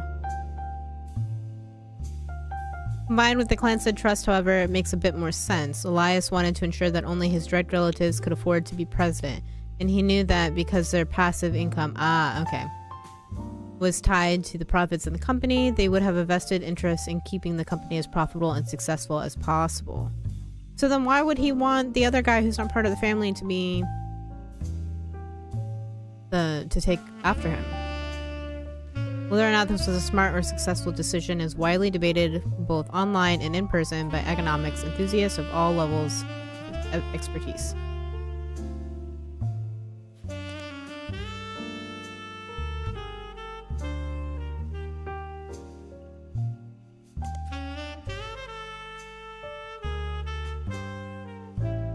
From what you can tell, RR attempted to unsuccessfully to remove a fellow family member from the trust. It was said that RR attempted 2 arguments. First, the person in question was born out of wedlock. Oh, In a second, they committed a significant crime against a fellow family member. So this is not the red herring one. Still, due to the ironclad wording of the Clanset Trust, it was impossible to remove any direct descendants of Elias Roottree without completely dissolving the trust. Interesting. Okay. Let's see.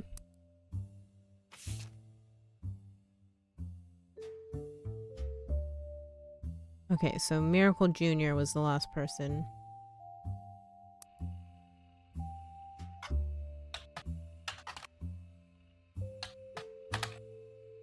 Doesn't go by his full name in promotional materials. Instead, he gets shorthanded to Miracle Jr. Miracle Jr. is a televangelist who's part of the Miracle Network. He used to have a show that aired on local access across many stations. So this guy sucks. Out of all of them, he seems pretty awful. I'm not a, you know, religion's fine, but televangelists are a whole nother bag. Yeah, pretty gross. He used to have a show that aired on local access across many stations in the northeastern United States. According to a website called Clergy Watch, he was exposed and subsequently charged with conspiracy to defraud the public. And yeah, see, he's awful. And why does he have to do this? His family's rich. It's not like he's hurting. He claimed to heal someone in a wheelchair. A news expose revealed it was his wife Edith's sister in a disguise. Oh. Interesting.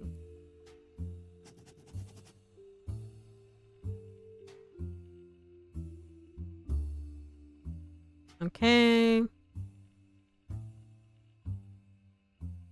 Alright. Part of the Miracle Network.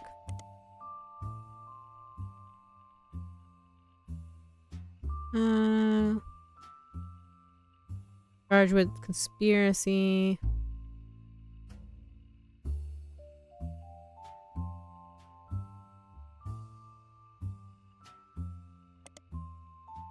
He has since lost his television show and instead goes on tours across the southern United States where he was not well known before the scandal, of course. Of course. Trash, man. Trash. You don't gotta do this, dude. You could've not been a terrible person. Let's see if there's anything on here. Clergy Watch. Nope, same information.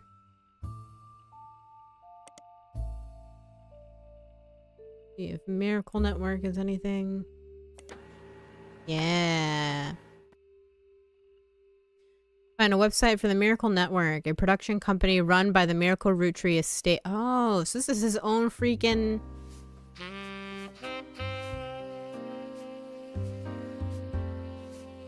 channel. Okay.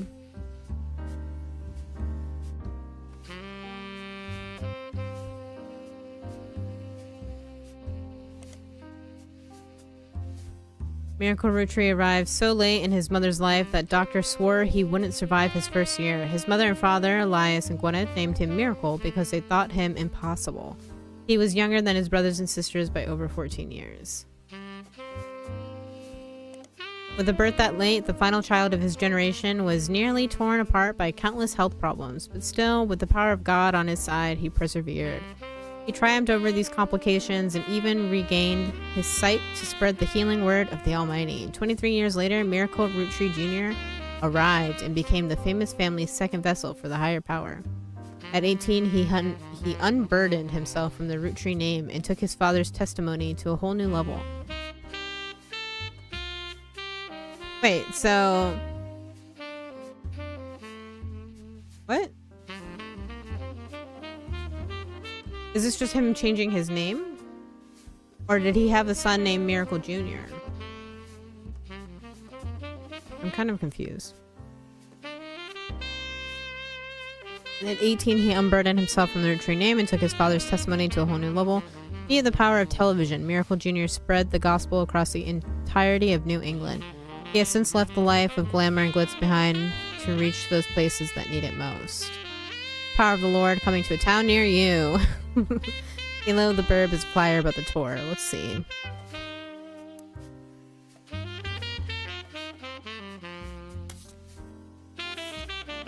Gross. Oh, interesting. So they're all named Miracle. Jesus Christ. Regenerations of Miracles tour. The flyer is a few years old. It comes from 1996. Miracle Jr., who is said to be world famous and gets top billing. Miracle Jr. is on the notable root trees list in your evidence. He will be marked in the chart with a star. Miracle Root Tree, who the flyer says will make a special appearance, and Miracle Third and his wife Nicole, who are said to be youth pastors.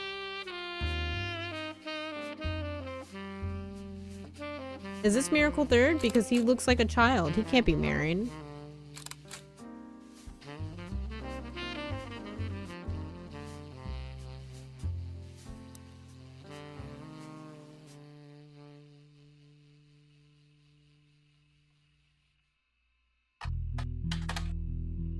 Okay, and then there's nothing for Miracle Third.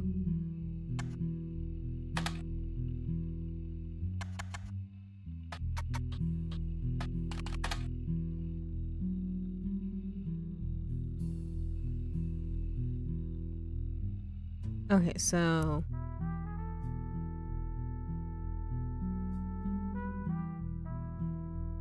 this is Miracle. Oops.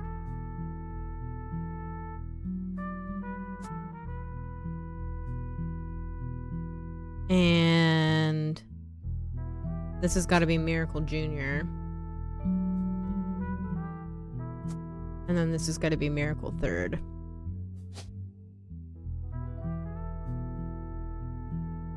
What was his wife's name? Nicole? I think it was Nicole. I guess I'm gonna have to look it up. I don't know if it's Smith or Madsen.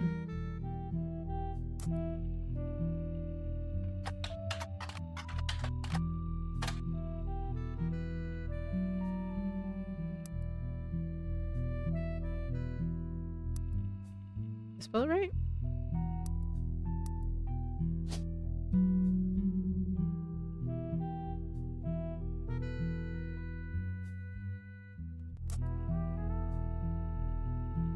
What about Smith? Okay, cool. So neither of them come up. I guess I can add that later. So that's you. That's you.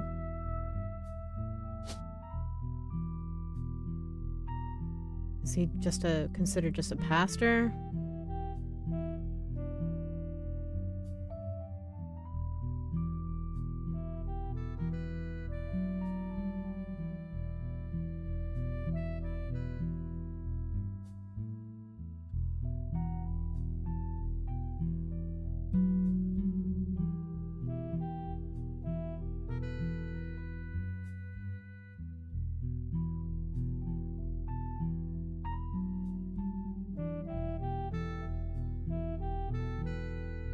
Huh. They don't have...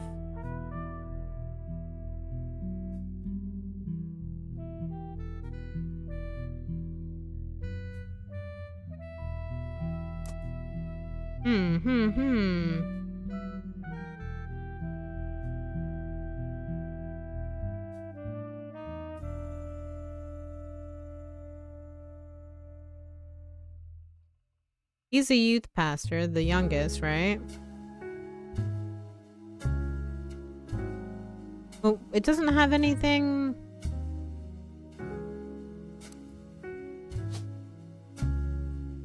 Yeah, like that's not an option as a job. I mean, can I put scam artists on all of them?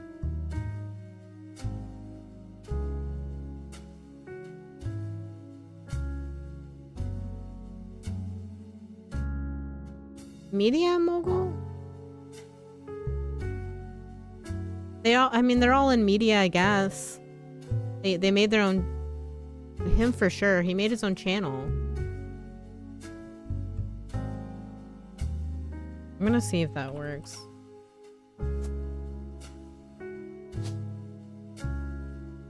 Did I figure out who he's married to, though?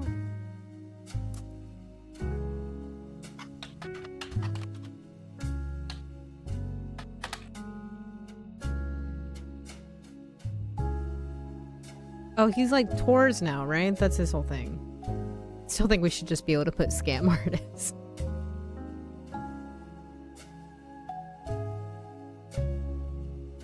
Oh yeah, his wife is Edith. Okay.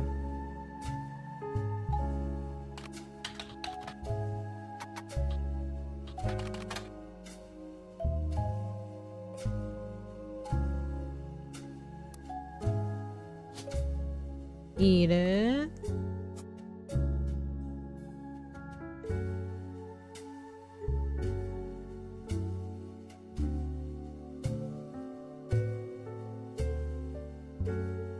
Who did Miracle end up marrying?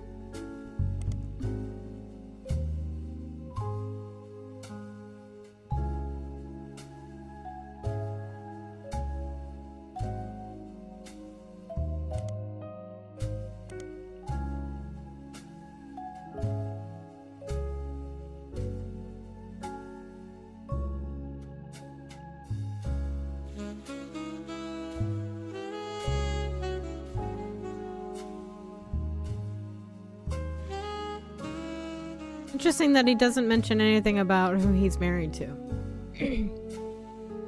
Especially if they're trying to peddle their religion. Do you think that they'd want to be married?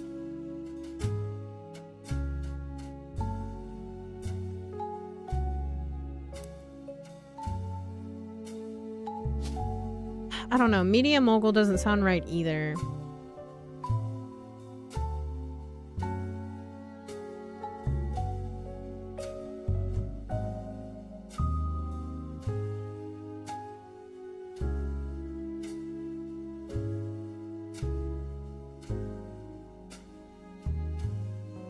Oh, preacher.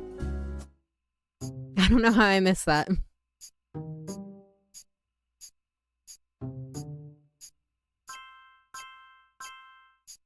Nice.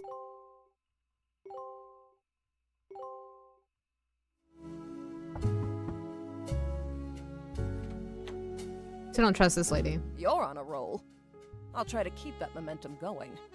Carl's office was a mess, thanks to some burst pipes. But I unearthed a photo from a 1970s Root Tree reunion. I also found some important-looking papers. You've traced 9 blood relatives so far. I'll have more to share after you find 9 more. Okay, preacher. He's also a preacher. And he is also a preacher. Preacher family. Okay. Bum, bum, bum.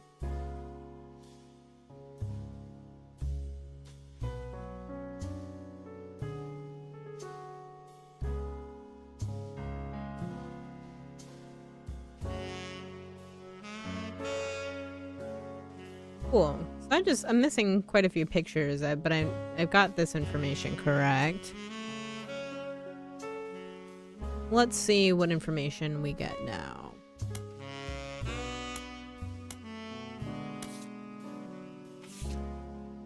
Vote for Stephanie Jones for City Council. Better for Butler County.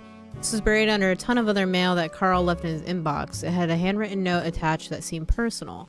The flyer about a candidate for local office, Stephanie Jones. On the back is an excerpt from a newspaper article from the Butler County Times about her campaign. Stephanie may have grown up in an unconventional family, to say the least, but in her words, it was still full of love. And now, 22 years later, with a baby of her own due around Christmas, her message for voters is simply, love is our future. A handwritten note says, Carl, I know we don't see eye to eye when it comes to the candy company, but if you could talk to your girls about putting out a statement supporting Stephanie, she could use the publicity your daughters bring. Don't let our conflict spread to the next generation. Oh, so one of these is related? One of these people is related to Carl?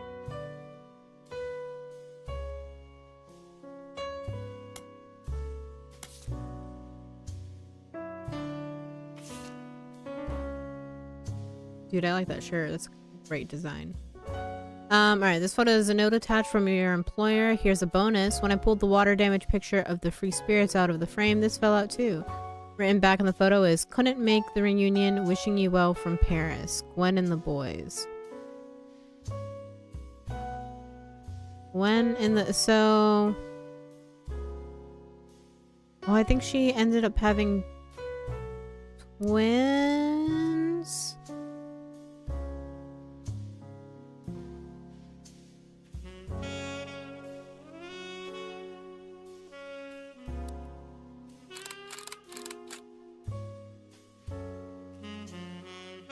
I don't know who's who though.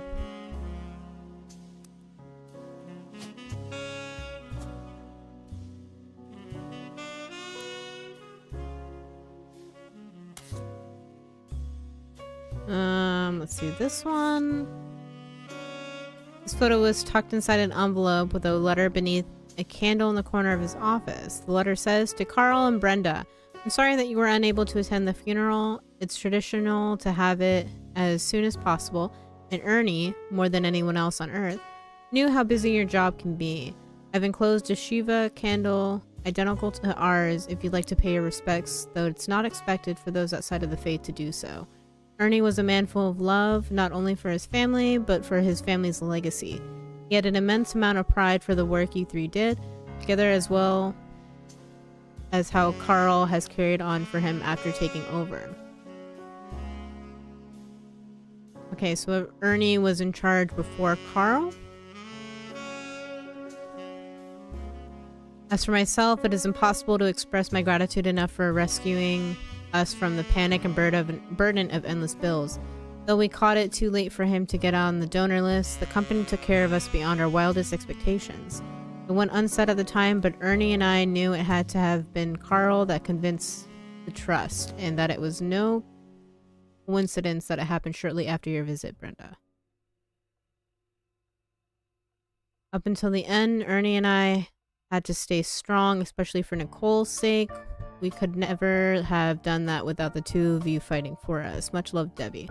Okay, so I'm assuming they're related to Brenda and not... They're talking about Ernie being in charge and Carl taking over.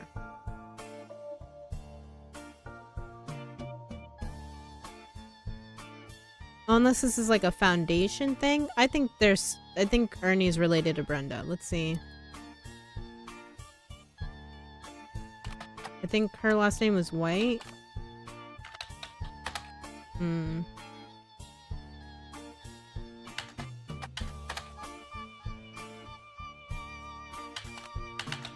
Let's see, maybe Brenda had a sister?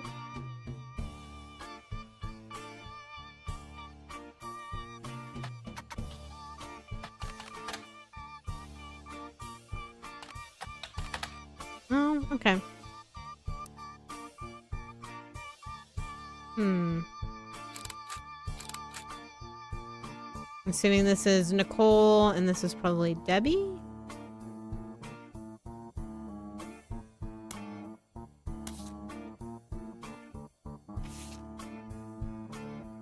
Tons of people in this photo. Alright, this photo is a note attached from your employer. Early 20 or so years, the Root Trees would hold a big reunion and recreate the old family photo. This is the one from the 70s. And Carl's the teenager in the middle. This is Carl?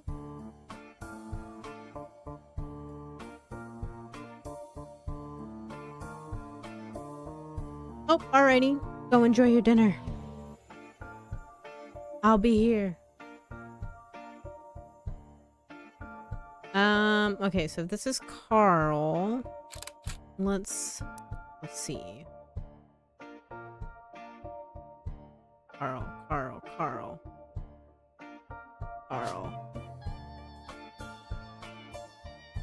God, all these old pictures, they all kind of... Oh, here we go, right? Yes. All right.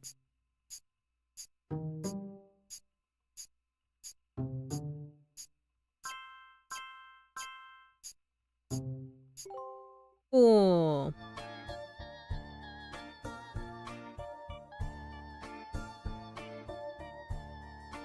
I think we're making pretty good progress. I thought I was gonna be kind of struggling here, but it's not too bad.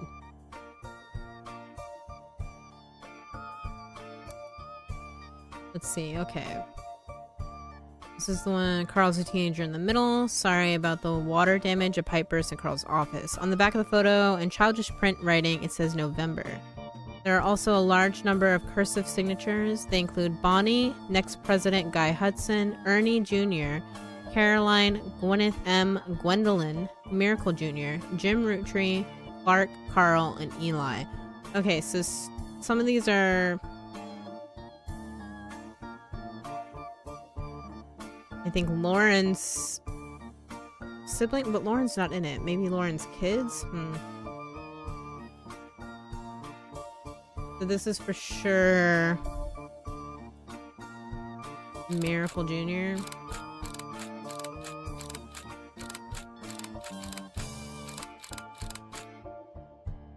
I wonder if they go in order. No, they don't go in order.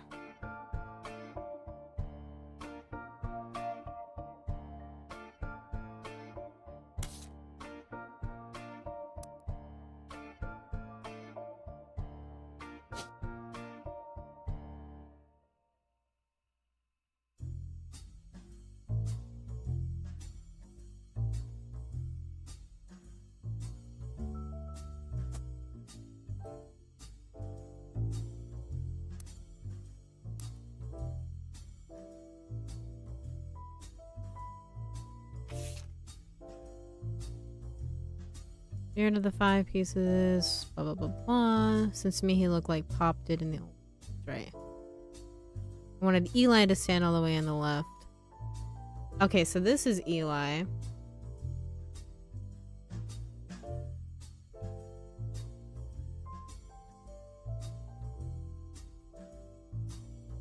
Who is one of Lauren's brothers?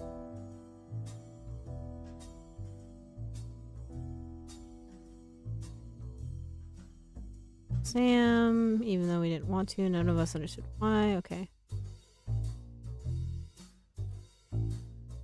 And that's Miracle. And then so that's gotta be Miracle Jr.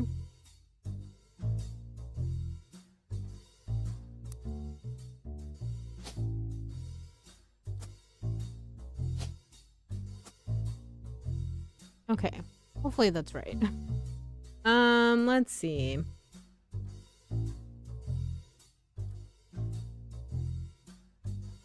So one of these has got to be Eli. I just don't know if Eli is the younger of her siblings or the middle.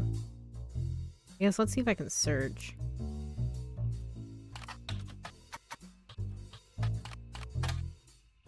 Nothing. I think it's interesting that you can't get information on all family members that way.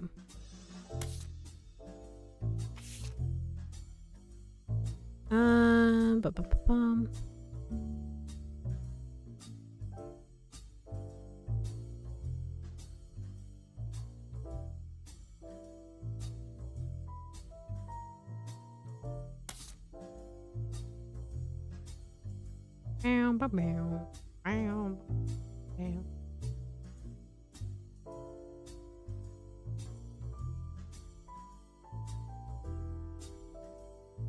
There's this one, this is the second, and then this is the third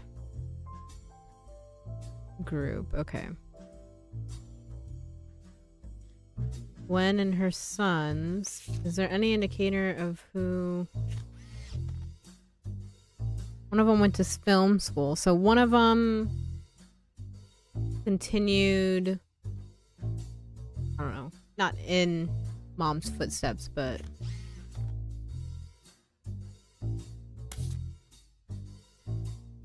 see if there's a way.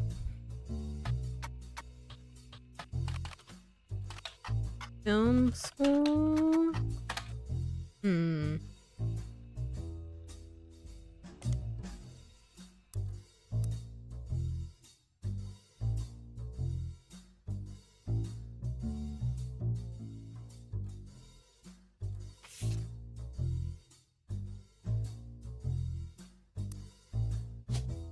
Oops. I don't know who that is. Alright, let's see.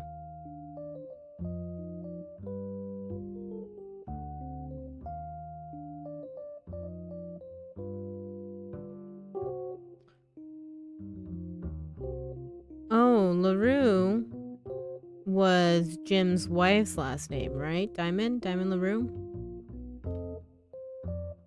Yeah, so they have...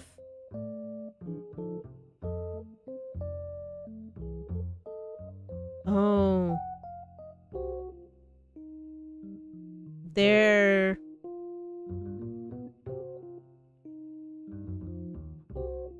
Maybe through marriage is how they're related to the family. Okay, hold on. Let me... Oh, there's too many Eliases. Maybe that's why I couldn't just search Elias. Let's see. Elias C.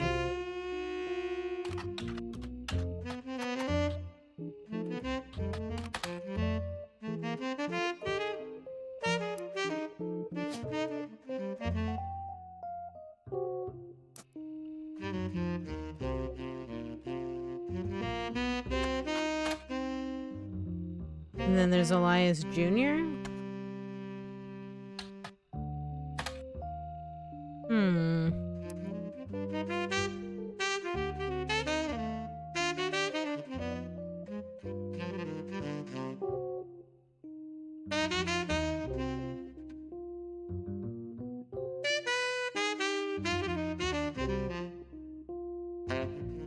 Rafferty. I think there's another...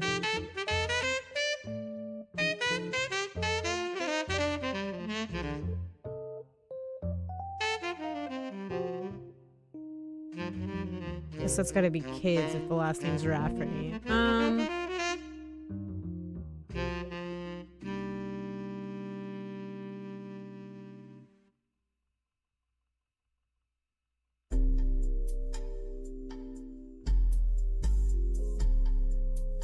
Let's see. I'm trying to figure out...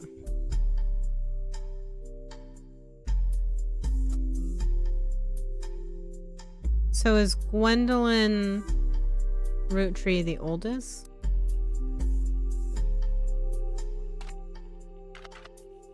Hold on, I'm gonna spell this wrong.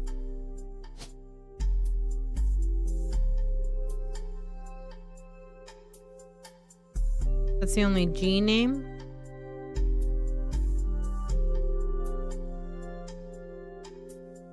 And they go in order of for the candy flavors or whatever? Grape is the first one, I think it said.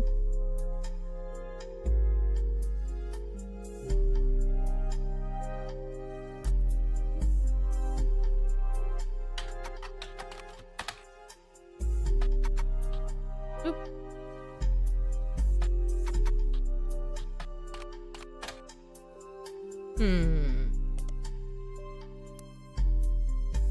I'm just gonna put Gwendolyn.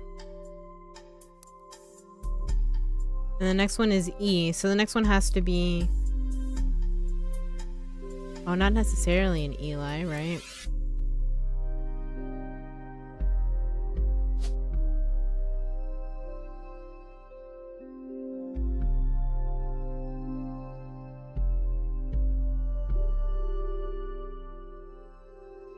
Edward, it could be Edward.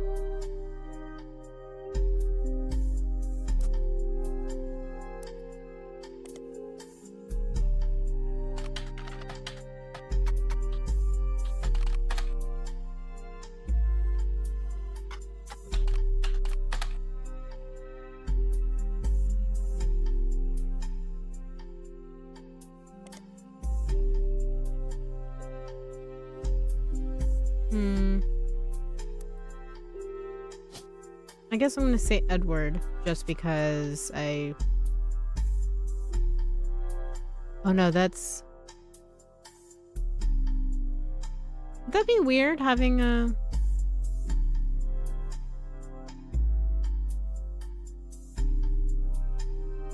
A middle name and a first name sibling be the same? Maybe this isn't right.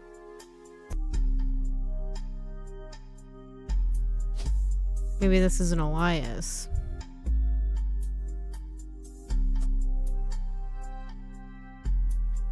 Alright, we know that that's Clancy. M. And we know the last one is Miracle. So, another M root tree.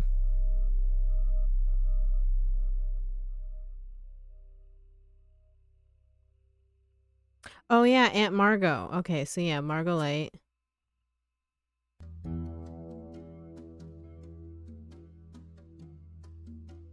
So let's see.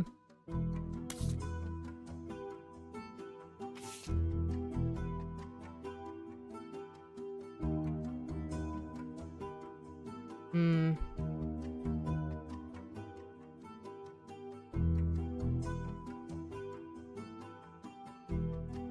Hop all the way on the left. Okay, so yeah, that's Clancy. Oh, and we know Margot's blonde. Okay, so that's gotta be Margot.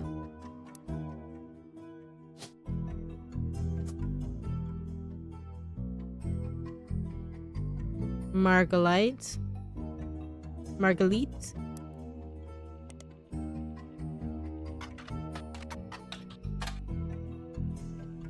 I can't search her at all?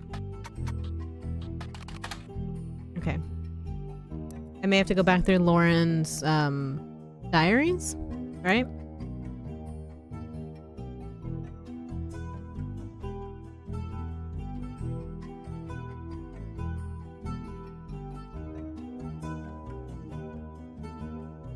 Aunt Gwendolyn. Oh, so the G is Aunt Gwen. So this is Gwendolyn.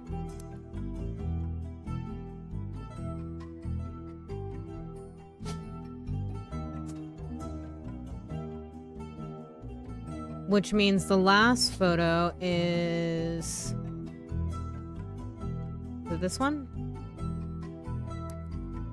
Yeah, but I don't know who that guy, what his name is.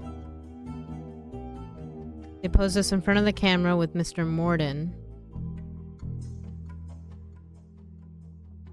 Let's see if we can search Morden.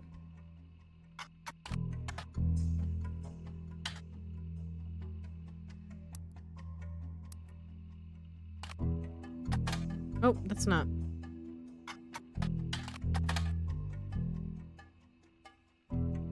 Did she marry him?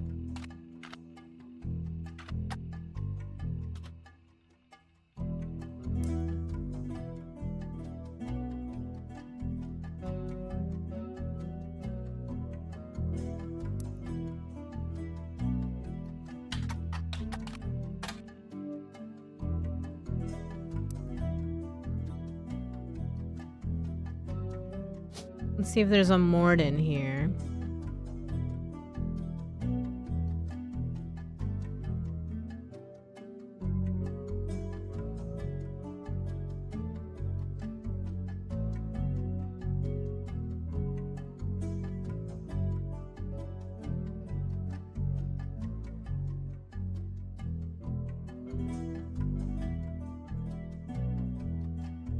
James Morden could be her husband.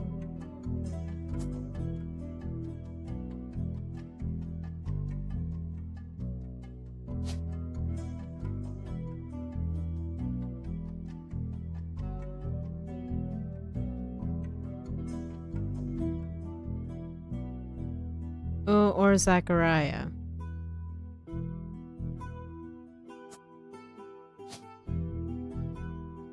Hmm.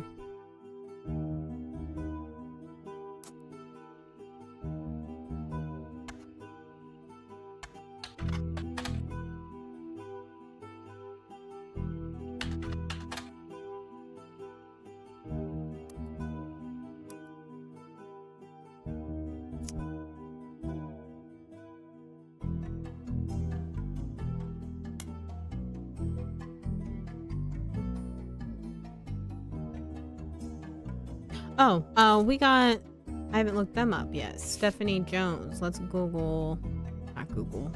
What is it called here? Spider search. Stephanie? Was that her name? Stephanie Jones? There we go. You learned from an election result page that Stephanie Jones, a candidate for city council, won her campaign on election day about a month ago. You find no mention of the root trees in any articles about her. Stephanie also has a very bare-bones website for her campaign. It is simply a picture of her campaign mailer, and underneath it says, be sure to read the full article in the Butler County Times. Oh, do I have to go?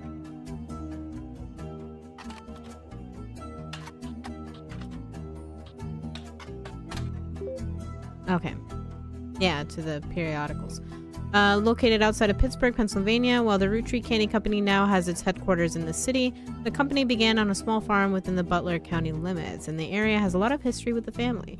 The Butler County Times is presumably a local paper there. There are likely articles from over the years involving the Root Tree family and those adjacent to them. It's been automatically added. Thank you.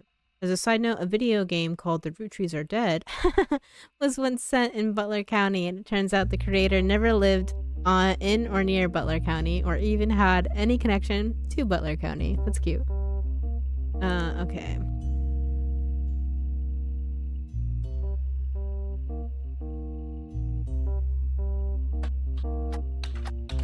Stephanie, what was her name? Jones? Jones. Most recent mention of Stephanie Jones is a small report detailing the election results from last month's election. Stephanie won.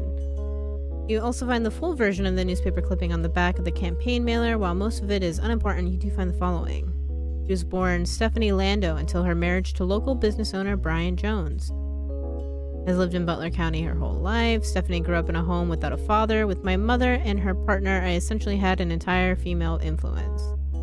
Though she is a distant cousin of the Root Trees, her mother, Caroline, a local artist who has appeared on the front page of the Butler County Times in the past, has often come out opposed to the corporation's policies regarding deforestation of indigenous trees to expand their maple farms.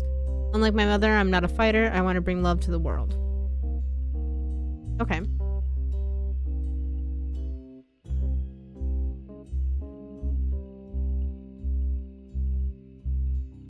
Had to stretch there.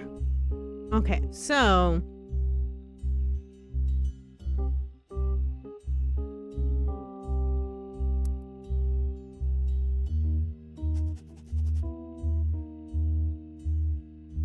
Stephanie Jones, born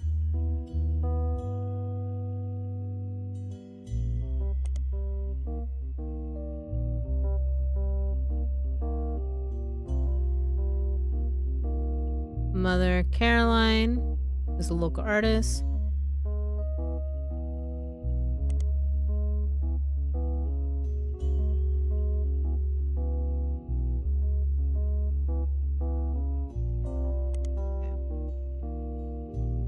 I'll hopefully remember that that's one thing.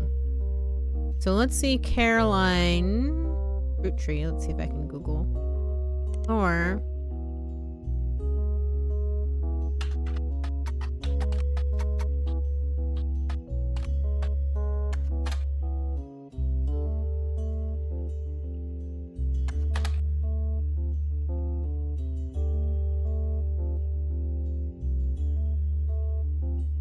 too much. I have to be more specific. See Brian. Many advertisements over the year, as well as a small article from 1995 about Jones Graphic and Print. The article is a piece about Brian Jones taking over his father's print company after 20 years. Brian seems to not have let it go to waste as a marketing opportunity during an interview portion. I've been in and out of that shop my whole life. My father taught me everything there is to know when it comes to getting the job done right and getting it done quick. We've been a printing staple of Butler County for years, and even the Butler County Times uses us for their coupon pages a few times a year. Thanks, by the way. But still, whether you're a new client or one of the regulars, nothing will change. Come on down for the best prices on bulking printing anywhere in the state of Pennsylvania. Or search for us online. I designed the website myself. He's so proud of himself. Okay. That's her husband. He owns Graphic and Print.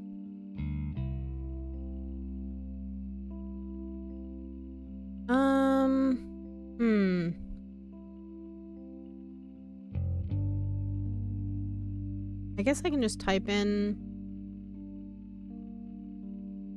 different root trees.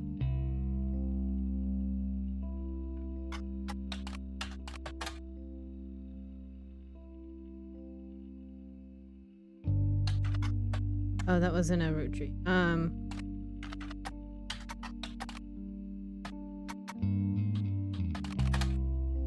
Nothing.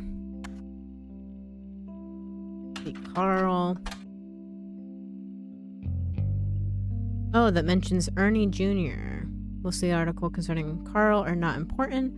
The plane crash is too recent to appear. One announces Carl's marriage to Brenda. They were both in their early 20s. Another seems even more frivolous. Apparently in 1981, Carl got quite drunk at a charity event and broke his arm falling down some stairs. The article that also mentions Ernie is from 1996, when Carl took over as the 5th president of the Root Tree Candy Company from Ernie Jr. Ernie Jr. apparently liked to stay out of the spotlight and never appeared in the Butler County Times. Other than a few mentions here and there, the article does mention an illness as the reason Ernie Jr. was stepping down. Okay, so he's the 4th president.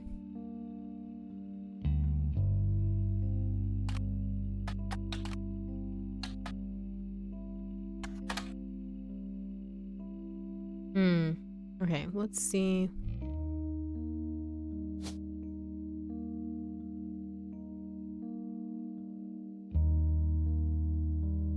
Ernest Jr. His name is Ernest Madsen.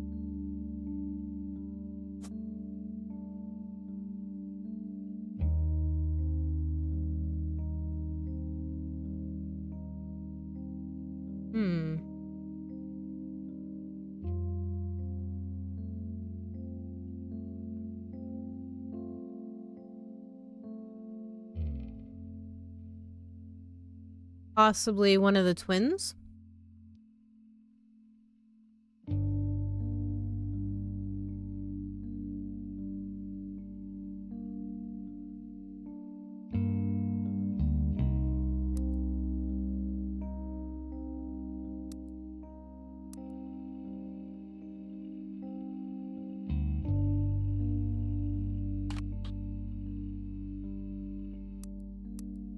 What was Madsen?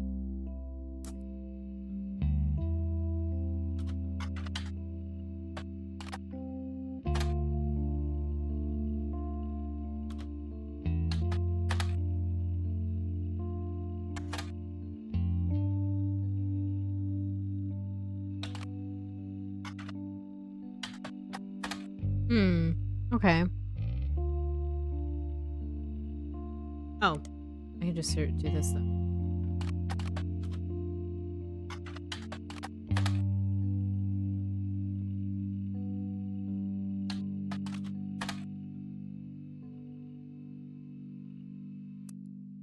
Let's see, Deborah Bean.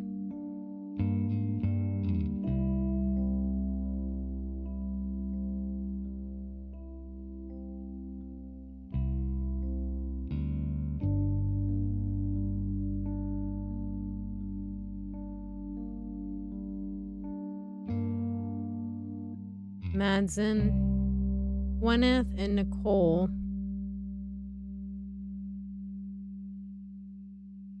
I'm thinking that this is Ernie. Ernest Jr. I think she married Ernest Madsen.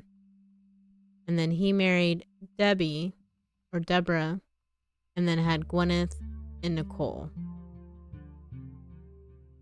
Probably named her after Grandma. I don't have anything to back this up yet. I'm just like deducting here.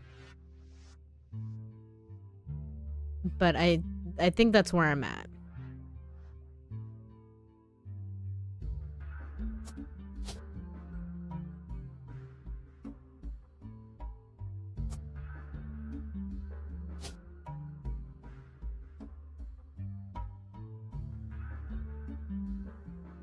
Oh, but then what about... We had 2 kids, so no, never mind. This is wrong.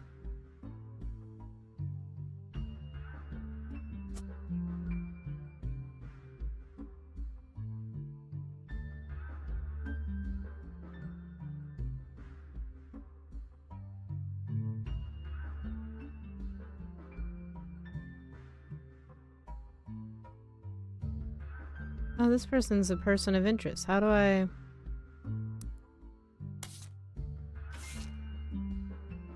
That's got to be Jim.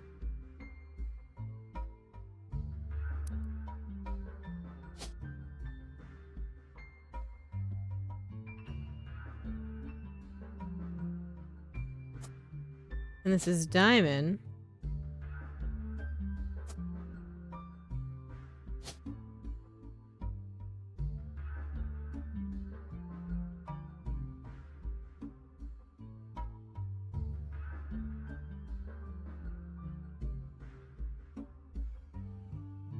Musician. That's him.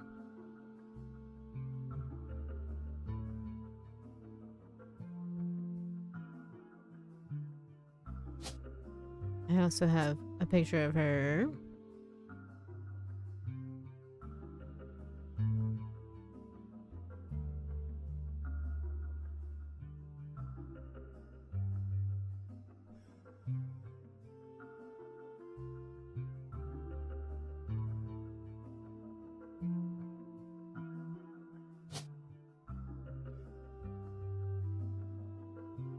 So Jane and Kim. This doesn't feel right though.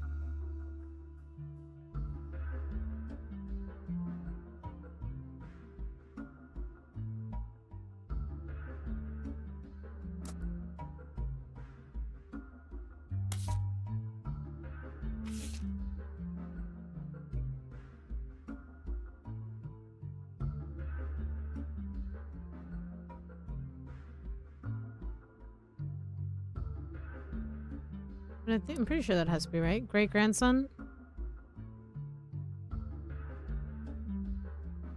Yeah, so that's definitely him.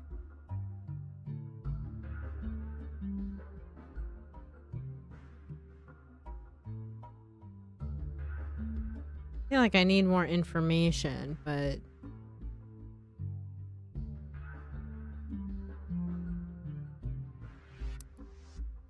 I'm sure I have all the information. I just gotta find it. Oh,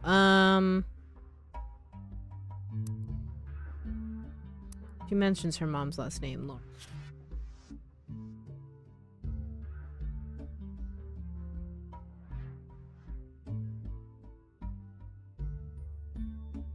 Mother's family was the Cossels. That means Sarah has to be her mom.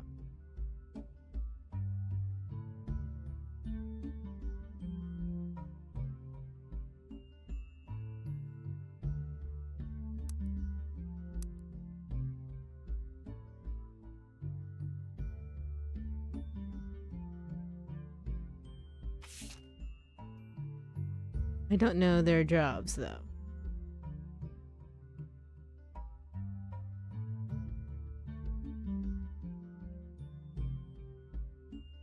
Also, who's Angie?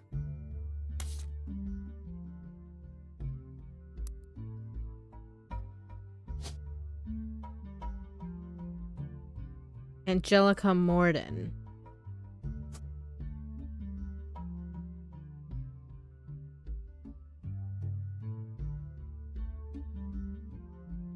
Ah, one of these.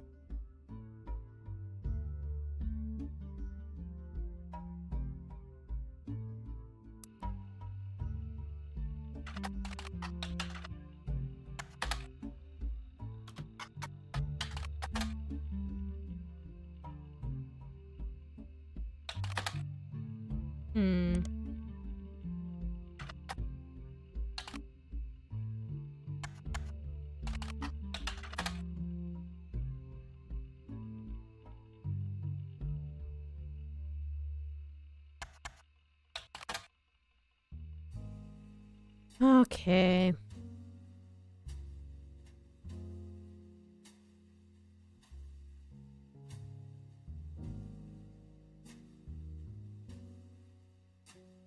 Someone adopted somebody.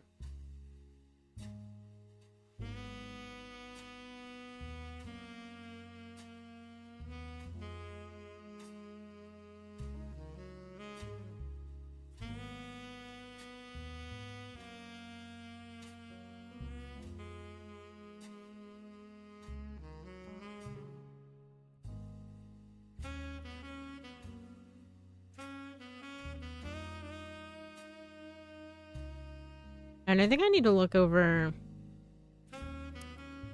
Lauren's stuff here.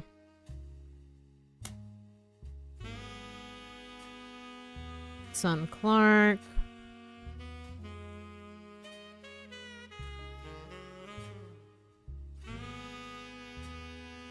Alright, we got that.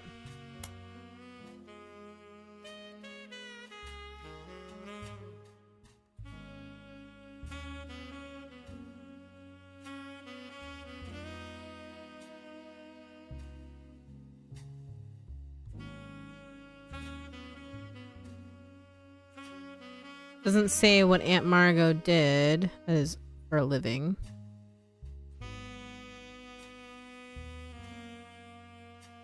Seeing her everywhere contributes to my happiness.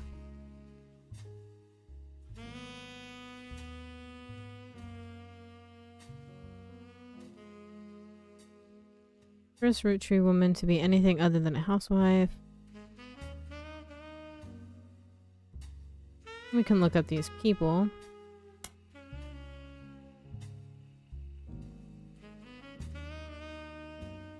Dead End.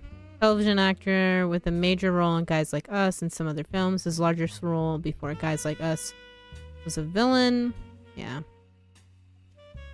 Married his high school sweetheart after they reunited at a movie premiere.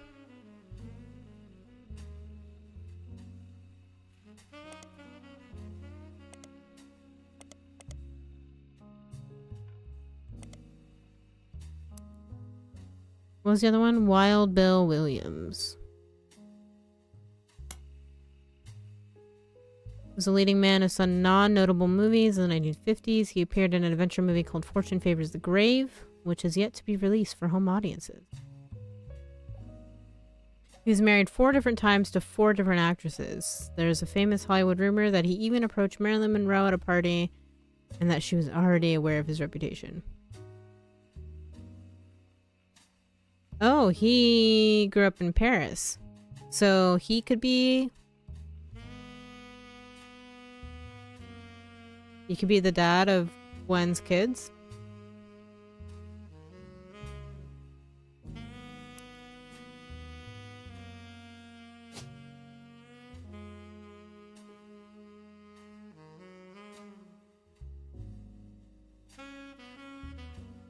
I don't think so.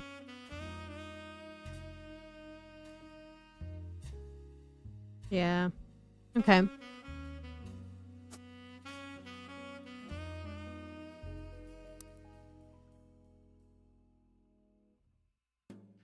But I'm off topic. A girl with all the luck in the world was jealous of me. Now, though I have been undoubtedly burdened by terrible tragedy, was lucky to be born in the family. Yeah.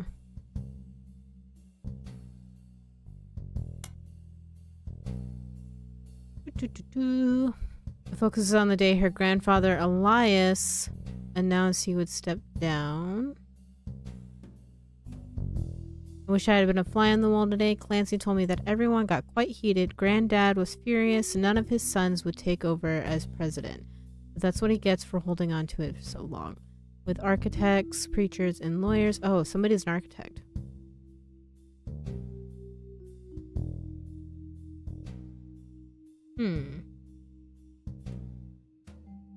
And they wouldn't have given it to a lady because they seem very much like it needs to be a guy to do this for whatever reason. So the last brother is probably an architect. Let me see. Here.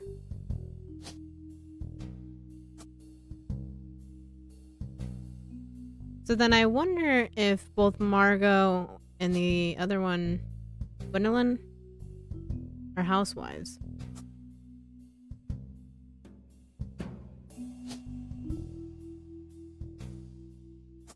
Yeah, there we go. Little progress.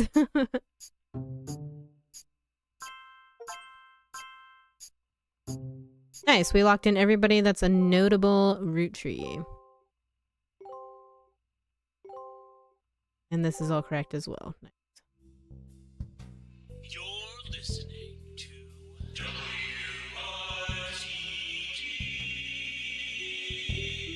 It's time for your headlines. Once an hour, every hour, on the 45. It's a bizarre development to an already tragic tale. In the wake of the accident that took his life, some of Carl Roottree's belongings have apparently gone missing. Most notably, a framed photo of the Roottree family from the mid-1970s. See, why we trust that lady? Carl had on his office wall. We interviewed a local psychologist about who would do such a thing and why. For that article, search online for WRTD News. Again, that's WRTD.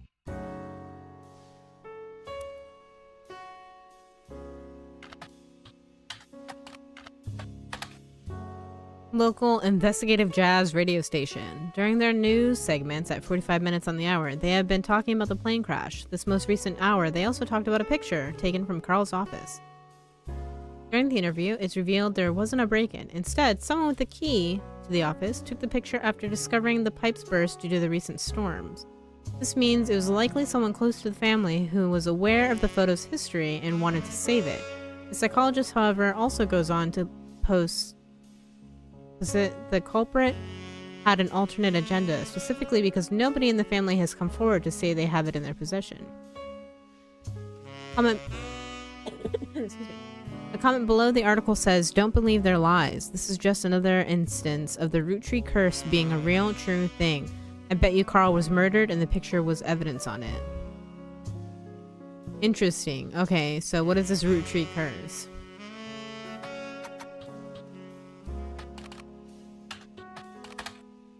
There's a long, rambly conspiracy website with very small, very red text on a black background that says that the Roottrees are cursed. It has been very recently updated with the following. Important update. With Carl and Brenda and their girls, that makes 5 new deaths. Not only that, but 3 of the 5 presidents of the Roottree Company have died mysteriously. They say Guy's car was hit by a drunk driver in 1982, but nobody was arrested. Then Ernie Madsen Jr. stepped down. Was he poisoned? Now, just this week, Carl died in a plane crash. This cannot be a coincidence. There's another entry that claims if you cannot connect the dots in the pattern of the 5-piece wrapper, it creates a Mayan ruby skull. This is hilarious. A secret message meant to subliminally scare people away. The post before that has a link to a site that talks about how Earth has 4 corners, simulate simultaneous 4 daytime cubes. The author of the site seems to agree.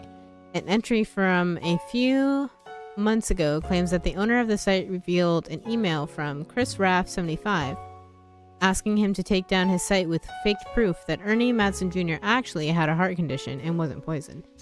That's gotta be a family member, right? The owner claims that although the proof looks quite credible, he knows that the proof was fake because he's an expert at creating fake evidence. Oh my gosh. The first entry is from 1996 and has a blurry picture of the Roottree Candy Company factory seemingly taken by the website's author from behind a fence and through some trees. It seems that Operation RT-29 is real. I witnessed a helicopter land on February 29th, 1996. The website footer says, all images and ideas by Thomas Overwood. Okay, who are you, dude? You used to have a few different sites about mysterious deaths and curses. In addition to the Roottree Curse website, you also find one about the truth behind Spirit Cola, which claims that Spirit really stands for Satan's Plague is returning in 2000. And that, in the year 2000, anyone who has drunk Spirit Cola will die. Another website is Stock Markets and the Devil's Numbers, which claims that if you multiply any stock's price by 666, then also multiply the current year by the same stock's price, then add those 2 numbers together and divide the entire total by the stock price, and finally subtract the current year, you'll always end up with 666. Okay, he's a little wacky.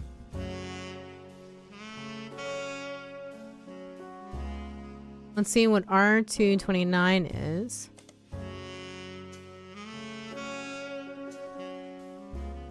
Some people out there claim that the Roottrees are changing the candy recipe to include more and more chemicals, and that this is done in cooperation with bad actors from an unknown government. They claim that due to a loophole in the calendar, it is possible to get away with nearly any crime on a leap day, so long as it isn't discovered until after the day is over. And that every 4 years on a leap year, the Roottree Company hosts a meeting with foreign agents to conspire to poison our children. The proof is that root tree candies contain polyglycerol polyricinolate, an ingredient of the candy that wasn't there when first released. They claim it is added in an attempt to addict people and eventually induce mind control. This is absurd. The website claims to sell pills that counteract this effect for children that have already eaten root tree candy in the past. You do an additional search for polyricinolate, and it seems to be an emulsifier in chocolates, approved by the FDA and widely used across many products. So it's probably not that big of a deal, right?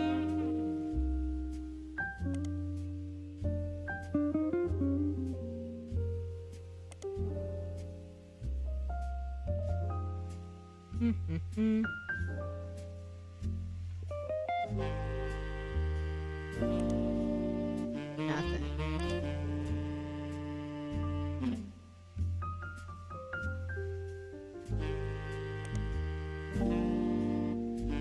Find a new few conspiracy websites that claim the Mayan ruby skull is a symbol of death. The alleged proof is a blurry photo of a reddish shape that is supposedly a cave painting from South America. According to legend, discovered beneath the painting were bones from hundreds of different people and animals. One site also mentions that the photographer who took the picture died when their boat capsized after crashing into a skull-shaped rock. Amongst the spinning skull gifs, you find no sources or verifiable details to back up any photos or claims. To you, the blurry photo looks more like an egg than a skull.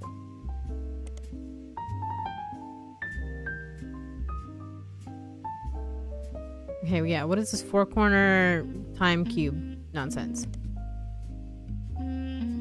Begin to read this site and come to the conclusion that the words "no relevant results" isn't a strong enough description for what you're seeing here. It's a massive column of technical terms that aren't real and confusing rants you can't find any meaning in. Regardless, it won't help with your search.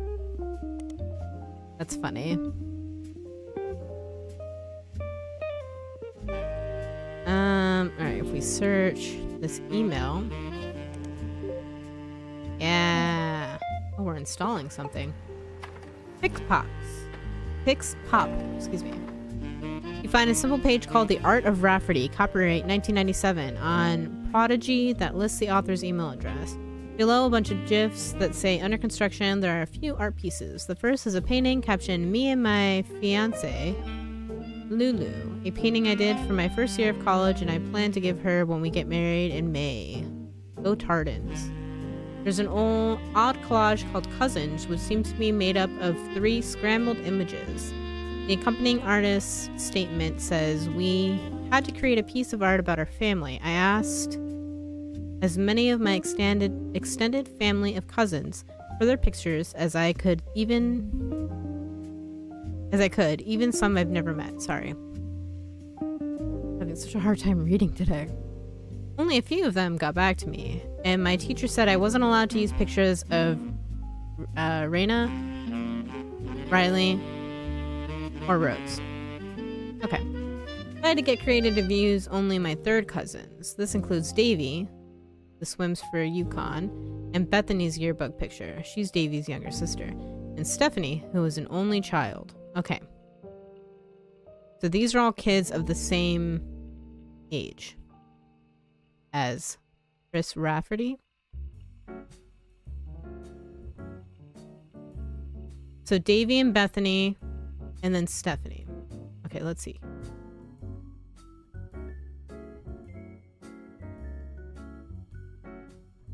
Oh, this could be anybody.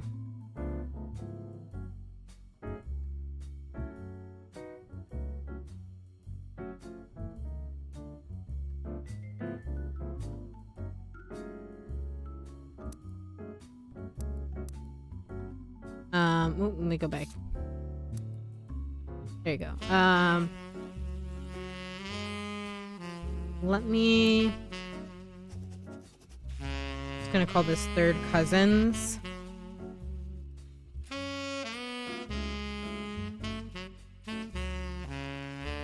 Chris's artwork has been added to your evidence, but the cousins' photos will need to be unscrambled before you can use them. You downloaded a new app. Oh, okay.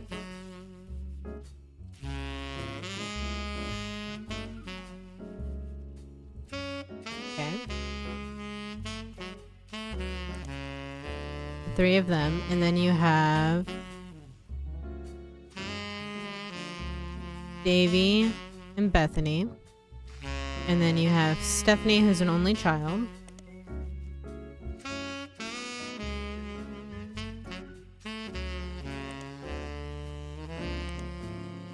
Oh, this is fun.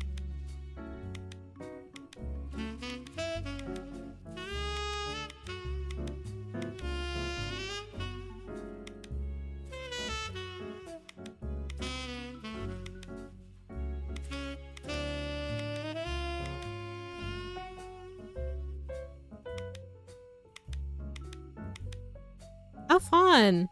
Such an interesting way to do a puzzle.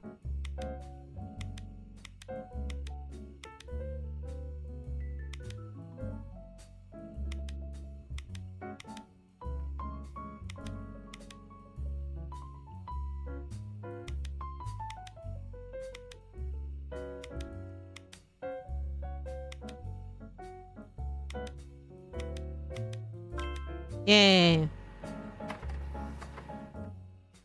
Okay. There's one cousin.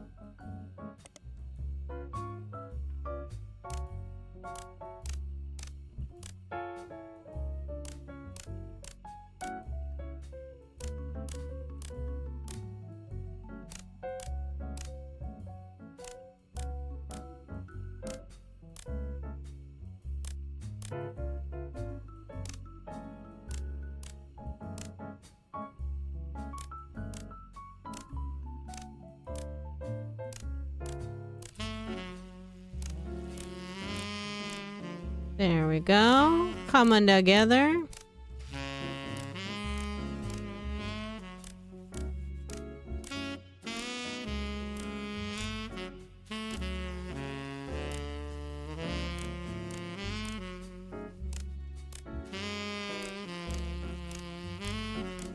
There we go. Middle school. Okay, so this is the yearbook photo.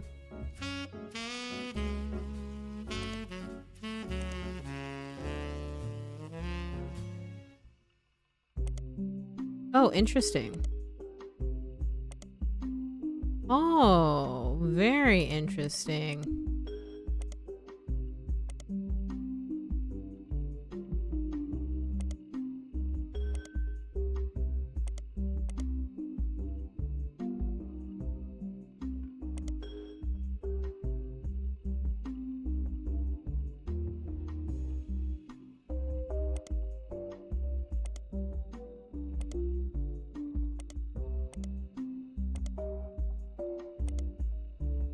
Oh,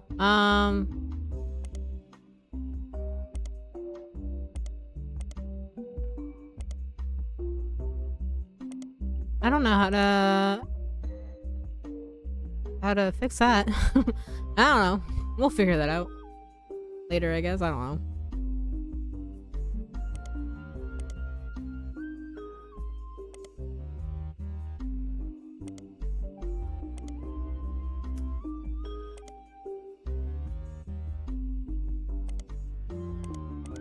Get that out of here. There we go.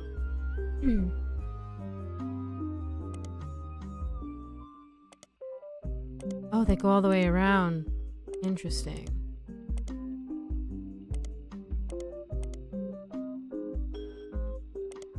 I just need them out of the way.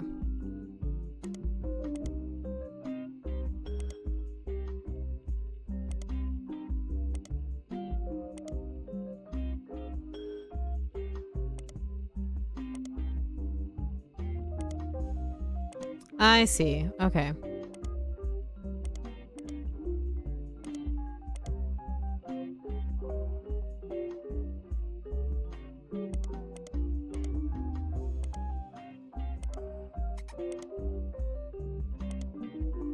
What an interesting puzzle. Okay.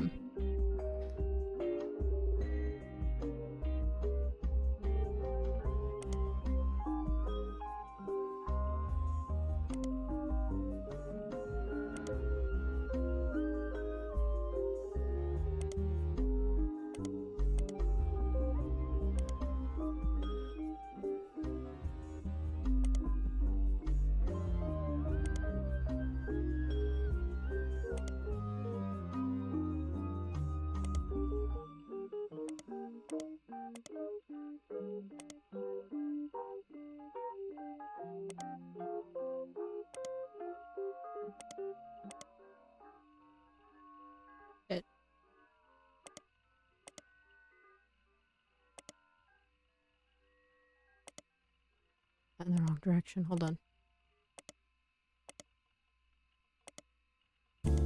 There we go.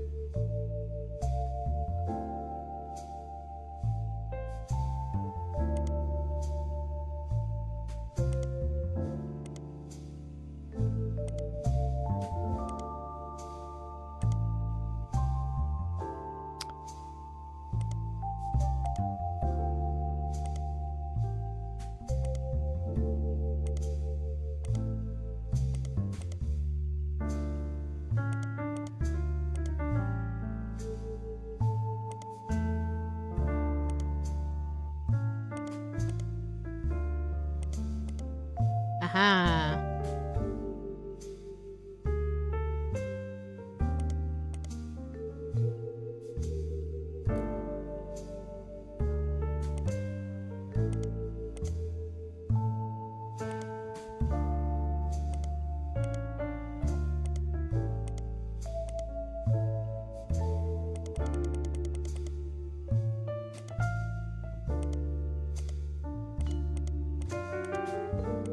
Yay, nice. That one was fun.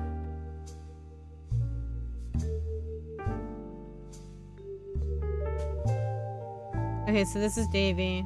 Bethany is the middle school. Oh, no, just kidding.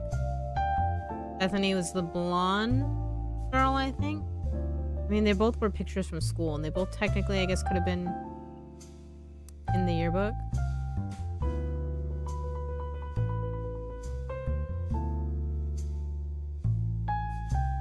Chris Rafferty self-portrait.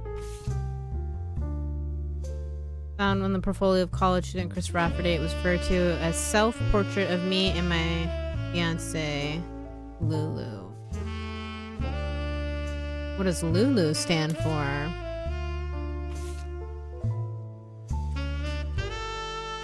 Is that Chris's art project? Okay, this is the art project.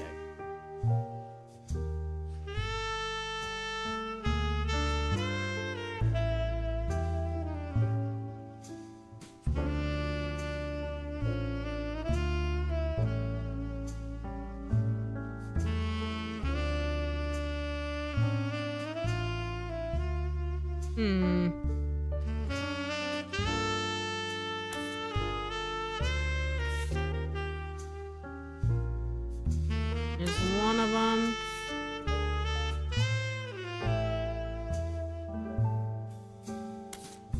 Oh.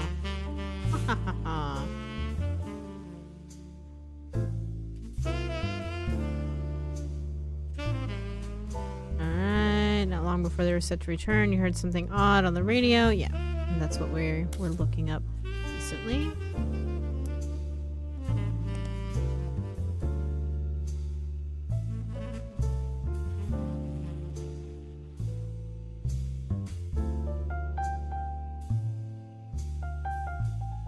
Also, he's fiance wrong, right? No? Or do I just not know how to spell? It doesn't look right to me.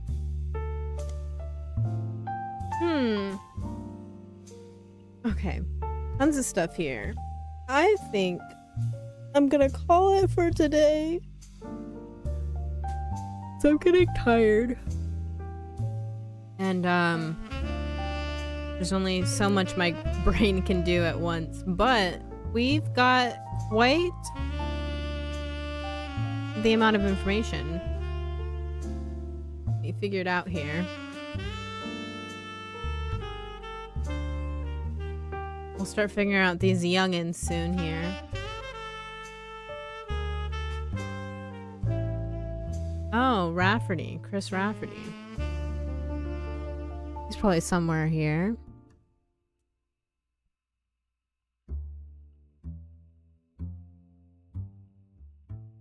Yeah, my brain's a little fried. Yeah, it's a huge family. But we've figured out quite a lot so far, I think. Definitely want to keep playing, but we'll have to do that another day. Give my little brain a break here.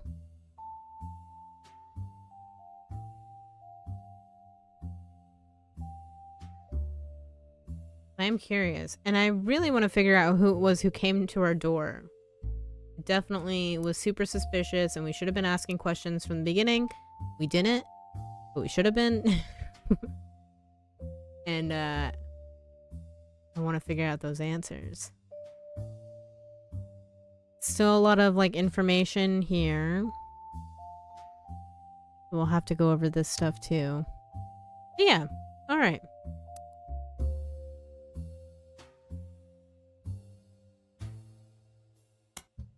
Save in a second. Listen to this lovely music. Yeah. So I'm gonna call it a night. I will be back Thursday. Same time, same place. Maybe we'll continue this, or I don't know. We'll see. Probably continue this, but we'll see. You have a wonderful night as well, Otupobi. Thanks for joining me today. I hope you all had fun, and I will see you guys on Thursday. Bye. Oh my goodness. Thank you for the 15 bits. Thank you, thank you. Super appreciate it. Glad I caught that before I got off. I would have felt so terrible missing it. But thank you. Alrighty, y'all. Have a great night. Like I said, Thursday, same time, same place. We'll be here. And I will see you guys then.